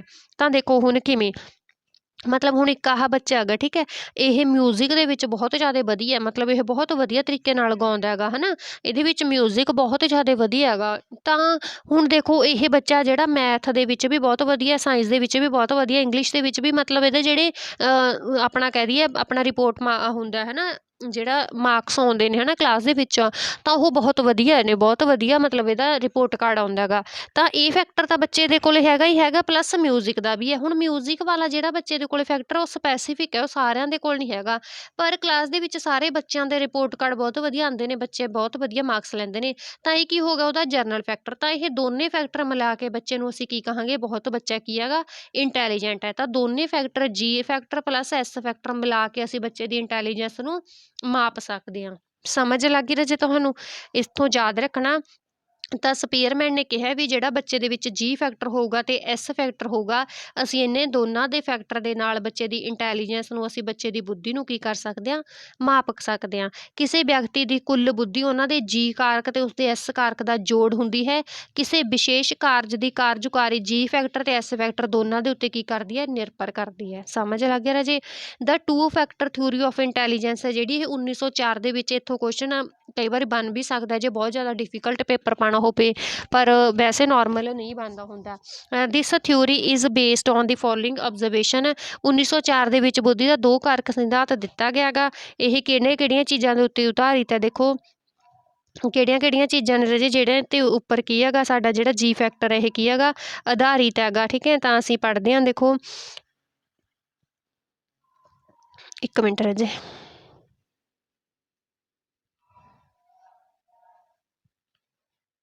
ਤਾਂ ਦੇਖੋ score of the same participants are similar in every test. ਹਰੇਕ ਟੈਸਟ ਵਿੱਚ ਇੱਕੋ ਜਿਹੇ ਭਾਗੀਦਾਰਾਂ ਦੇ ਅੰਕ ਇੱਕੋ ਜਿਹੇ ਹੁੰਦੇ ਹਨ। ਜਿਵੇਂ ਕਿ ਆਪਾਂ ਦੇਖ ਲਿਆ ਹੈ ਨਾ, ਆਪਣੀ ਕਲਾਸ ਦੇ ਵਿੱਚ ਇੰਗਲਿਸ਼ ਦਾ ਟੈਸਟ ਲੈਣੇ ਆ ਤਾਂ ਨੋਰਮਲ ਬੱਚਿਆਂ ਦੇ ਮੰਨ ਲਓ 20 ਨੇ, ਕਿਸੇ ਦੇ 16 ਆ ਗਏ, ਕਿਸੇ ਦੇ 17 ਆ ਗਏ, 19 ਆ ਗਏ, 12 ਆ ਗਏ, 13 ਇੱਦਾਂ ਦੇ ਸੇਮ ਅੰਕ ਹੁੰਦੇ ਨੇ। ਠੀਕ ਹੈ, ਸਕੋਰ ਨੇ ਜਿਵੇਂ ਜਿਹੜੇ ਸੇਮ ਪਾਰਟਿਸਪੈਂਟਸ ਦੇ ਕੀ ਹੁੰਦੇ ਨੇ, ਸਿਮਿਲਰ ਹੁੰਦੇ ਨੇ ਹਰ ਇੱਕ ਟੈਸਟ ਦੇ ਵਿੱਚ। The factors related to intelligence can be express numerically. ਬੁੱਧੀ ਨਾਲ ਸੰਬੰਧਿਤ ਜਿਹੜੇ ਸਾਡੇ ਕਾਰਕ ਨੇ ਸੰਖਿਆਤਮਕ ਰੂਪ ਵਿੱਚ ਪ੍ਰਗਟ ਕੀਤਾ ਜਾ ਸਕਦਾ ਹੈ। ਹੁਣ ਦੇਖੋ, ਜੇਕਰ ਇੱਕ ਬੱਚੇ ਦੇ 20 ਦੇ ਵਿੱਚੋਂ 19 ਆ ਰਹੇ ਨੇ ਤਾਂ ਅਸੀਂ ਇਸ ਨੰਬਰ ਦੇ ਨਾਲ ਬੱਚੇ ਨੂੰ ਕੀ ਕਰਦਾ, ਉਹਦੀ ਇੰਟੈਲੀਜੈਂਸ ਨੂੰ ਮਾਪਤਾ ਕਿ ਉਹ ਬਹੁਤ ਇੰਟੈਲੀਜੈਂਟ ਹੈ। ਜੇਕਰ ਹੁਣ ਇੱਕ ਬੱਚੇ ਦੇ 20 ਦੇ ਵਿੱਚੋਂ 2-3 ਨੰਬਰ ਆਉਂਦੇ ਨੇ ਤਾਂ ਅਸੀਂ ਉਹਨੂੰ ਕਹਿ ਦਿੰਦੇ ਹਾਂ ਕਿ ਇਹ ਬਹੁਤ ਬੱਚਾ ਵੀਕ ਹੈਗਾ। ਠੀਕ ਹੈ, ਮਤਲਬ ਉਹਦੀ ਇੰਟੈਲੀਜੈਂਸ ਨੂੰ, ਬੁੱਧੀ ਨੂੰ ਅਸੀਂ ਨੰਬਰਾਂ ਦੇ ਨਾਲ ਕੀ ਕਰਤਾ ਰਾਜੇ, ਪ੍ਰਗਟ ਕਰਤਾ, ਐਕਸਪ੍ਰੈਸ ਕਰਤਾ, ਮਾਪਤਾ। The various mental traits are not independent of each other. ਕਹਿੰਦੇ ਵੱਖ-ਵੱਖ ਮਾਨਸਿਕ ਲੱਛਣ ਜਿਹੜੇ ਇੱਕ ਦੂਜੇ ਤੋਂ ਕੀ ਹੁੰਦੇ ਨੇ, ਸੁਤੰਤਰ ਹੁੰਦੇ ਨੇ, ਇੱਕ ਦੂਜੇ ਦੇ ਉੱਪਰ ਡਿਪੈਂਡ ਨਹੀਂ ਹੁੰਦੇ। ਜੇਕਰ ਇੱਕ ਜਵਾਕ ਮੈਥ ਦੇ ਵਿੱਚ ਬਹੁਤ ਜ਼ਿਆਦਾ ਇੰਟੈਲੀਜੈਂਟ ਹੈ, ਠੀਕ ਹੈ, ਤਾਂ ਜ਼ਰੂਰੀ ਨਹੀਂ ਹੈਗਾ ਕਿ ਉਹ ਸਪੋਰਟਸ ਦੇ ਵਿੱਚ ਵੀ ਇੰਟੈਲੀਜੈਂਟ ਹੋਵੇ। ਇਹ ਲੱਛਣ ਜੇਕਰ ਮੈਥ ਵਾਲਾ ਉਹਦਾ ਬਹੁਤ ਵਧੀਆ ਹੈਗਾ ਤਾਂ ਜ਼ਰੂਰੀ ਨਹੀਂ ਹੈਗਾ ਵੀ ਉਹਦਾ ਸਪੋਰਟਸ ਵਾਲਾ ਫੈਕਟਰ ਵੀ ਵਧੀਆ ਹੋਵੇ। ਤਾਂ ਇਹ ਇੱਕ ਦੂਜੇ ਦੇ ਉੱਤੇ ਨਿਰਭਰ ਨਹੀਂ ਕਰਦੇ ਹੈਗੇ। ਸਮਝ ਲੱਗੇ। Peoples who do well in one area tends to do well in other area. ਜਿਹੜੇ ਲੋਕ ਇੱਕ ਖੇਤਰ ਵਿੱਚ ਚੰਗਾ ਪ੍ਰਦਰਸ਼ਨ ਕਰਦੇ ਹਨ, ਦੂਜੇ ਖੇਤਰਾਂ ਵਿੱਚ ਵੀ ਚੰਗਾ ਪ੍ਰਦਰਸ਼ਨ ਕਰਦੇ ਹਨ। ਜਿਵੇਂ ਜੇਕਰ ਇੱਕ ਜਵਾਕ ਇੰਟੈਲੀਜੈਂਟ ਹੈ ਤਾਂ ਉਹ ਓਵਰਆਲ ਇੰਟੈਲੀਜੈਂਟ ਹੈਗਾ। ਜੇਕਰ ਮਤਲਬ ਮੈਥ ਦੇ ਵਿੱਚ, ਇੰਗਲਿਸ਼ ਦੇ ਵਿੱਚ ਬਹੁਤ ਵਧੀਆ ਜਵਾਕ ਹੈ ਤਾਂ ਪੰਜਾਬੀ ਦੇ ਵਿੱਚ, ਸਾਇੰਸ ਦੇ ਵਿੱਚ ਆਟੋਮੈਟਿਕਲੀ ਉਹ ਵਧੀਆ ਪਰਫੋਰਮ ਕਰੂਗਾ। ਠੀਕ ਹੈ, ਤਾਂ ਮਤਲਬ ਜੇਕਰ ਇੱਕ ਟਾਈਪ ਦੀ ਬੁੱਧੀ ਹੈ ਜਿਹੜੀ ਉਹਦੀ ਬਹੁਤ ਵਿਕਸਿਤ ਹੈ, ਦੂਸਰੇ ਟਾਈਪ ਦੀ ਬੁੱਧੀ ਉਹਦੇ ਨਾਲ ਇਫੈਕਟ ਹੋ ਗਈ। General intelligent influence and overlap with all specific ਐਬਿਲਿਟੀਜ਼। General intelligence ਸਾਰੀਆਂ ਵਿਸ਼ੇਸ਼ ਯੋਗਤਾਵਾਂ ਨੂੰ ਕੀ ਕਰਦੀ ਹੈ, ਪ੍ਰਭਾਵਿਤ ਕਰਦੀ ਹੈ ਜਾਂ ਫਿਰ ਕੀ ਕਰਦੀ ਹੈ, ਓਵਰਲੈਪ ਕਰਦੀ ਹੈ। ਜੇਕਰ ਜਰਨਲ ਫੈਕਟਰ ਬੱਚੇ ਦਾ ਬਹੁਤ ਜ਼ਿਆਦਾ ਵਧੀਆ ਤਾਂ ਦੂਸਰੀਆਂ ਐਕਟੀਵਿਟੀਜ਼ ਵੀ ਬਹੁਤ ਵਧੀਆ ਹੋਣਗੀਆਂ। ਜੇਕਰ ਜਰਨਲ ਫੈਕਟਰ ਬੱਚੇ ਦਾ ਕੀ ਹੈਗਾ, ਘੱਟ ਵਿਕਸਿਤ ਹੈ ਤਾਂ ਦੂਸਰੀਆਂ ਐਬਿਲਿਟੀਜ਼ ਵੀ ਕੀ ਹੋਣਗੀਆਂ, ਘੱਟ ਵਿਕਸਿਤ ਹੋਣਗੀਆਂ। ਸਪੈਸੀਫਿਕ ਐਬਿਲਿਟੀ ਹੈ ਜਿਹੜੀ ਡਰੋ ਅਪੋਨ ਦਾ ਕੰਸਟ੍ਰੇਨਡ ਬਾਈ ਦਾ ਜਰਨਲ ਇੰਟੈਲੀਜੈਂਸ। ਵਿਸ਼ੇਸ਼ ਯੋਗਤਾਵਾਂ ਆਮ ਬੁੱਧੀ ਦੁਆਰਾ ਖਿੱਚੀਆਂ ਜਾਂਦੀਆਂ ਤੇ ਸੀਮਤ ਹੁੰਦੀਆਂ ਹਨ। ਠੀਕ ਹੈ, ਅਸੀਂ ਇਹਨਾਂ ਨੂੰ ਚੇਂਜ ਨਹੀਂ ਕਰ ਸਕਦੇ, ਇਹ ਕੀ ਹੁੰਦੀਆਂ ਨੇ, ਸੀਮਤ ਹੁੰਦੀਆਂ ਨੇ, ਅਸੀਂ ਕਹਿ ਸਕਦੇ ਹਾਂ। ਨਾਈਦਰ ਜਰਨਲ ਇੰਟੈਲੀਜੈਂਸ ਨਾ ਹੀ specific alone can fully explain in individual's cognitive profile. ਕਹਿੰਦੇ ਨਾ ਤਾਂ ਇਕੱਲੇ ਜੀ ਫੈਕਟਰ ਨਾਲ ਅਸੀਂ ਦੱਸ ਸਕਦੇ ਹਾਂ ਕਿ ਜਵਾਕ ਕਿੰਨਾ ਕੁ ਬੁੱਧੀ ਹੈਗਾ, ਮਤਲਬ ਬੁੱਧੀਮਾਨ ਹੈਗਾ, ਕਿੰਨਾ ਕੁ ਇੰਟੈਲੀਜੈਂਟ ਹੈ, ਨਾ ਇਕੱਲੇ ਇਸ ਫੈਕਟਰ ਦੇ ਨਾਲ ਦੱਸ ਸਕਦੇ ਹੈਗੇ। ਠੀਕ ਹੈ, ਅਸੀਂ ਉਹਦੀ ਜਿਹੜੀ ਕੋਗਨੇਟਿਵ ਪ੍ਰੋਫਾਈਲ ਹੈਗੀ, ਨਾ ਤਾਂ ਆਮ ਬੁੱਧੀ ਨਾਲ, ਨਾ ਇਕੱਲੀਆਂ ਵਿਸ਼ੇਸ਼ ਯੋਗਤਾ ਨਾਲ ਕਿਸੇ ਦੇ ਬੌਧਾਤਮਿਕ ਪ੍ਰੋਫਾਈਲ ਦੀ ਪੂਰੀ ਵਿਆਖਿਆ ਕਰੀ ਜਾ ਸਕਦੀ ਹੈ। ਪਤਾ ਲੱਗ ਗਿਆ ਰਾਜੇ। ਤਾਂ ਇੱਥੋਂ ਰਾਜੇ ਜਿਹੜੀ ਸਾਡੀ ਅੱਜ ਦੀ ਥਿਊਰੀ ਕਲਾਸ ਹੈਗੀ ਉਹ ਪੂਰੀ ਹੁੰਦੀ ਹੈ, ਕੰਪਲੀਟ ਹੋ ਜਾਂਦੀ ਹੈ। ਠੀਕ ਹੈ, ਅੱਜ ਦੇਖੋ ਰਾਜੇ, ਹੁਣ ਅਸੀਂ ਦੇਖ ਲੈਂਦੇ ਹਾਂ ਕਿ ਕੀ ਕੁਛ ਪੜ੍ਹਿਆ ਤੇ ਕੀ ਕੁਛ ਤੁਹਾਡੇ ਕੁਐਸਚਨ ਬਣ ਸਕਦੇ ਨੇ। ਅਸੀਂ ਰਾਜੇ ਚਾਰਲਸ ਸਪੀਅਰਸਮੈਨ ਬਾਰੇ ਪੜ੍ਹਿਆ ਸੀਗਾ। ਠੀਕ ਹੈ, ਜਿਸ ਨੇ ਕੀ ਦਿੱਤਾ ਗਾ, 2 ਫੈਕਟਰ ਜਿਹੜੀ ਥਿਊਰੀ ਦਿੱਤੀ ਹੈਗੀ ਪੇਪਰ ਦੇ ਵਿੱਚ। ਇੱਥੋਂ ਕੁਐਸਚਨ ਬਣ ਸਕਦਾ, ਇਹ ਵੀ ਪੁੱਛ ਸਕਦੇ ਨੇ ਕਿ 2 ਫੈਕਟਰ ਥਿਊਰੀ ਕਿਸ ਦੀ ਹੈਗੀ, ਚਾਰਲਸ ਸਪੀਅਰਮੈਨ ਦੀ। ਇਹ ਵੀ ਪੁੱਛ ਸਕਦੇ ਨੇ ਚਾਰਲਸ ਸਪੀਅਰਮੈਨ ਦੀ ਕਿਹੜੀ ਹੈ, 2 ਫੈਕਟਰ ਥਿਊਰੀ ਹੈ। ਸੈਕਿੰਡ ਨੇਮ ਰਾਜੇ ਇਹਦਾ ਕੀ ਹੈ, ਜਰਨਲ ਇੰਟੈਲੀਜੈਂਸ ਥਿਊਰੀ। ਇਸਨੇ ਕੀ ਦਿੱਤੇ ਸੀ, 2 ਫੈਕਟਰ ਦਿੱਤੇ ਸੀ, ਜੀ ਫੈਕਟਰ ਦਿੱਤਾ ਸੀ, ਐਸ ਫੈਕਟਰ ਦਿੱਤਾ ਸੀ। ਇੱਥੋਂ ਇਹ ਕੁਐਸਚਨ ਵੀ ਬਣ ਸਕਦਾ ਰਾਜੇ ਕਿ ਚਾਰਲਸ ਸਪੀਅਰਮੈਨ ਫਾਦਰ ਆਫ ਕੀ ਨੇਗੇ, ਫੈਕਟਰ ਐਨਾਲਿਸਿਸ ਦੇ ਜਿਹੜੇ ਰਾਜੇ ਫਾਦਰ ਨੇ, ਫੈਕਟਰ ਐਨਾਲਿਸਿਸ ਦੇ ਕੀ ਨੇਗੇ, ਫਾਦਰ ਨੇ ਚਾਰਲਸ ਸਪੀਅਰਮੈਨ। ਤਾਂ ਇਹਨਾਂ ਨੇ ਰਾਜੇ 2 ਕੀ ਕੀਤੇ ਸੀ, ਕਾਰਕ ਦਿੱਤੇ ਸੀ, ਜੀ ਫੈਕਟਰ ਦਿੱਤਾ ਸੀ, ਐਸ। ਜੀ ਦਾ ਮਤਲਬ ਜਰਨਲ ਫੈਕਟਰ, ਜਿਸ ਤੇ ਹੀ ਇਹਨਾਂ ਨੇ ਆਪਣੀ ਥਿਊਰੀ ਦਾ ਨਾਮ ਰੱਖਤਾ ਸੀ। ਜਰਨਲ ਇੰਟੈਲੀਜੈਂਸ ਤੇ ਇੱਕ ਸਪੈਸੀਫਿਕ। ਜਿਹੜਾ ਜਰਨਲ ਫੈਕਟਰ ਹੁੰਦਾ ਰਾਜੇ ਉਹ ਕੀ ਹੁੰਦਾ ਗਾ, ਜਿਸ ਦੇ ਵਿੱਚ ਅਸੀਂ ਕੀ ਪੜ੍ਹੇ ਨੇ, ਇਹਦੇ ਕੰਪੋਨੈਂਟ ਹੁੰਦੇ ਨੇ। ਜੀ ਫੈਕਟਰ ਦੇ ਰਾਜੇ ਕਿਹੜੇ ਕਿਹੜੇ ਕੰਪੋਨੈਂਟ ਅਸੀਂ ਪੜ੍ਹੇ ਨੇ। ਫਸਟ ਹੈਗਾ ਜਿਹੜਾ ਨੂਮੈਰੀਕਲ ਰੀਜ਼ਨਿੰਗ ਦੇ ਵਿੱਚ ਵਧੀਆ ਹੋਣਾ ਚਾਹੀਦਾ ਜਵਾਕ, ਹੈ ਨਾ, ਨੂਮੈਰੀਕਲ ਰੀਜ਼ਨਿੰਗ ਵਧੀਆ ਹੁੰਦੀ ਹੈ। ਵਿਜ਼ੂਅਲ ਸਪੇਸ਼ੀਅਲ ਰੀਜ਼ਨਿੰਗ ਕੀ ਹੁੰਦੀ ਹੈਗੀ, ਉਹਦੀ ਵਧੀਆ ਹੁੰਦੀ ਹੈ। ਠੀਕ ਹੈ, ਅਤੇ ਉਸ ਤੋਂ ਬਾਅਦ ਪੜ੍ਹਿਆ ਸੀ ਸ਼ਾਰਟ ਟਰਮ ਮੈਮਰੀ ਕੀ ਹੁੰਦੀ ਹੈਗੀ, ਉਸਦੀ ਵਧੀਆ ਹੁੰਦੀ ਹੈ। ਵਰਡਸ ਦੀ ਕੀ ਹੁੰਦੀ ਹੈ, ਫਲੂਐਂਸੀ ਹੁੰਦੀ ਹੈਗੀ। ਠੀਕ ਹੈ, ਅਤੇ ਉਸ ਤੋਂ ਬਾਅਦ ਰਾਜੇ ਪੜ੍ਹਿਆ ਕਿ ਉਹਦੀ ਜਿਹੜੀ ਕੁਆਂਟਮ ਹੁੰਦਾ ਹੈਗਾ, ਕੁਆਂਟੀਟੇਟਿਵ ਰੀਜ਼ਨਿੰਗ ਕੀ ਹੁੰਦੀ ਹੈਗੀ, ਉਸਦੀ ਵਧੀਆ ਹੁੰਦੀ ਹੈਗੀ। ਠੀਕ ਹੈ, ਸਪੇਸ਼ੀਅਲ ਹੁਣ ਜੀ ਫੈਕਟਰ ਦੇ ਵਿੱਚ ਅਸੀਂ ਇੱਕ ਦੇ ਚੀਜ਼ ਕੀ ਦੇਖੀ ਹੈ ਕਿ ਅਸੀਂ ਇਹਨੂੰ ਟ੍ਰੇਨਿੰਗ ਦੇ ਨਾਲ ਜਾਂ ਐਕਸਪੀਰੀਅੰਸ ਦੇ ਨਾਲ ਕੀ ਨਹੀਂ ਕਰ ਸਕਦੇ, ਵਧਾ ਨਹੀਂ ਸਕਦੇ, ਅਸੀਂ ਇਹਨੂੰ ਚੇਂਜ ਨਹੀਂ ਕਰ ਸਕਦੇ। ਜੇਕਰ ਇੱਕ ਜਰਨਲ ਐਬਿਲਿਟੀ ਦੇ ਵਿੱਚ ਬੱਚਾ ਇੱਕ ਦੇ ਵਿੱਚ ਬਹੁਤ ਵਧੀਆ ਹੈਗਾ ਤਾਂ ਦੂਸਰੀਆਂ ਜਿਹੜੀਆਂ ਉਹਦੀਆਂ ਐਬਿਲਿਟੀਜ਼ ਹੋਣਗੀਆਂ ਵਧੀਆ ਹੋਣਗੀਆਂ। ਸਪੈਸੀਫਿਕ ਦੇ ਵਿੱਚ ਅਸੀਂ ਪੜ੍ਹਿਆ ਹੈਗਾ ਕਿ ਜਿਹੜਾ ਇੱਕ ਸਪੈਸੀਫਿਕ ਗੁਣ ਹੈਗਾ, ਇਸ ਨੂੰ ਅਸੀਂ ਟ੍ਰੇਨਿੰਗ ਦੇ ਨਾਲ ਵਧਾ ਚੜ੍ਹਾ ਸਕਦੇ ਹਾਂ। ਅਸੀਂ ਇਹਨੂੰ ਕੀ ਕਰ ਸਕਦੇ ਹਾਂ ਕਿ ਚੇਂਜ ਕਰ ਸਕਦੇ ਹਾਂ। ਜੇਕਰ ਕਿਸੇ ਲੈਂਗੁਏਜ ਦੇ ਵਿੱਚ, ਪੋਇਟ ਦੇ ਵਿੱਚ, ਮਿਊਜ਼ਿਕ ਦੇ ਵਿੱਚ, ਸਪੋਰਟਸ ਦੇ ਵਿੱਚ ਬਹੁਤ ਜ਼ਿਆਦਾ ਬੱਚਾ ਵਧੀਆ ਹੈ, ਤਾਂ ਜ਼ਰੂਰੀ ਨਹੀਂ ਹੈਗਾ ਕਿ ਉਹ ਦੂਸਰੀਆਂ ਸਾਰੀ ਐਕਟੀਵਿਟੀਜ਼ ਦੇ ਵਿੱਚ ਵੀ ਕੀ ਹੋਵੇ, ਵਧੀਆ ਹੋਵੇ। ਠੀਕ ਹੈ ਰਾਜੇ। ਤਾਂ ਥਰਡ ਦੇ ਵਿੱਚ ਅਸੀਂ ਪੜ੍ਹਿਆ ਸੀ ਜਿਹੜੀ ਇੰਟੈਲੀਜੈਂਸ ਹੈਗੀ ਉਹ G+S ਦੋਨਾਂ ਦੇ ਨਾਲ ਕੀ ਕਰਤੀ ਜਾਂਦੀ ਹੈ ਰਾਜੇ, ਮਾਪੀ ਜਾਂਦੀ ਹੈ। ਅਸੀਂ ਇੱਕ ਫੈਕਟਰ ਦੇ ਨਾਲ ਅਸੀਂ ਇਹਨੂੰ ਕੀ ਨਹੀਂ ਕਰ ਸਕਦੇ, ਮਾਪ ਨਹੀਂ ਸਕਦੇ। ਮੈਨੂੰ ਉਮੀਦ ਹੈ ਰਾਜੇ ਕਿ ਮੈਨੂੰ ਤੁਹਾਨੂੰ ਮੇਰੀ ਅੱਜ ਦੀ ਕਲਾਸ ਵਧੀਆ ਲੱਗੀ ਹੋਊਗੀ। ਮੈਂ ਪੂਰੀ ਕੋਸ਼ਿਸ਼ ਕੀਤੀ ਹੈਗੀ ਹਰ ਇੱਕ ਚੀਜ਼ ਨੂੰ ਬਹੁਤ ਵਧੀਆ ਤਰੀਕੇ ਨਾਲ ਐਕਸਪਲੇਨ ਕਰਨ ਦੀ। ਜਿਹੜੇ ਤੁਹਾਡੇ ਪਿਛਲੇ ਸਾਲਾਂ ਦੇ ਵਿੱਚ ਇਸ ਥਿਊਰੀ ਦੇ ਵਿੱਚੋਂ ਕੁਐਸਚਨ ਬਣੇ ਨੇਗੇ, ਠੀਕ ਹੈ, ਕਿੱਦਾਂ ਦੇ ਕੁਐਸਚਨ ਬਣੇ ਨੇ ਅਸੀਂ ਅੱਜ ਉਹ ਦੇਖ ਲੈਂਦੇ ਆਂਗੇ। ਤਾਂ ਦੇਖੋ ਰਾਜੇ, ਜਿਹੜੇ ਇਸ ਦੇ ਵਿੱਚੋਂ PYQs MCQs ਬਣੇ ਨੇਗੇ, ਅਸੀਂ ਉਹਨਾਂ ਨੂੰ ਪੜ੍ਹ ਲੈਂਦੇ ਆਂਗੇ। ਤੁਹਾਨੂੰ ਪਤਾ ਲੱਗ ਜੂਗਾ ਕਿ ਠੀਕ ਹੈ ਕਿੱਦਾਂ ਦੇ ਕੁਐਸਚਨ ਪੁੱਛੇ ਜਾਂਦੇ ਨੇਗੇ ਇਸ ਥਿਊਰੀ ਦੇ ਵਿੱਚੋਂ। ਤਾਂ ਦੇਖੋ ਰਾਜੇ, which one of the following intelligence gives one the ability to manipulate and create mental images in order to solve problems is not limited to visual domain।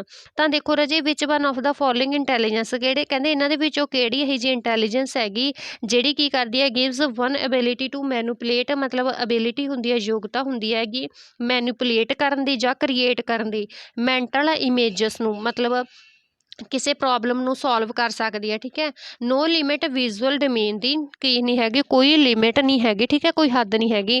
ਤਾਂ ਤੁਸੀਂ ਦੇਖੋ ਰਾਜੇ, ਬੋਡੀ ਲਈ ਕਾਈਨੈਸਥੈਟਿਕ ਆਊਗਾ, ਮਿਊਜ਼ਿਕ ਦੇ ਵਿੱਚ ਦੇਖੋ ਰਾਜੇ ਅਸੀਂ ਮੈਂਟਲ ਇਮੇਜਸ ਨੂੰ ਕੀ ਨਹੀਂ ਕਰਦੇ, ਯੂਜ਼ ਨਹੀਂ ਕਰਦੇ। ਲੈਂਗੁਏਜ ਦੇ ਵਿੱਚ ਅਸੀਂ ਯੂਜ਼ ਨਹੀਂ ਕਰਦੇ।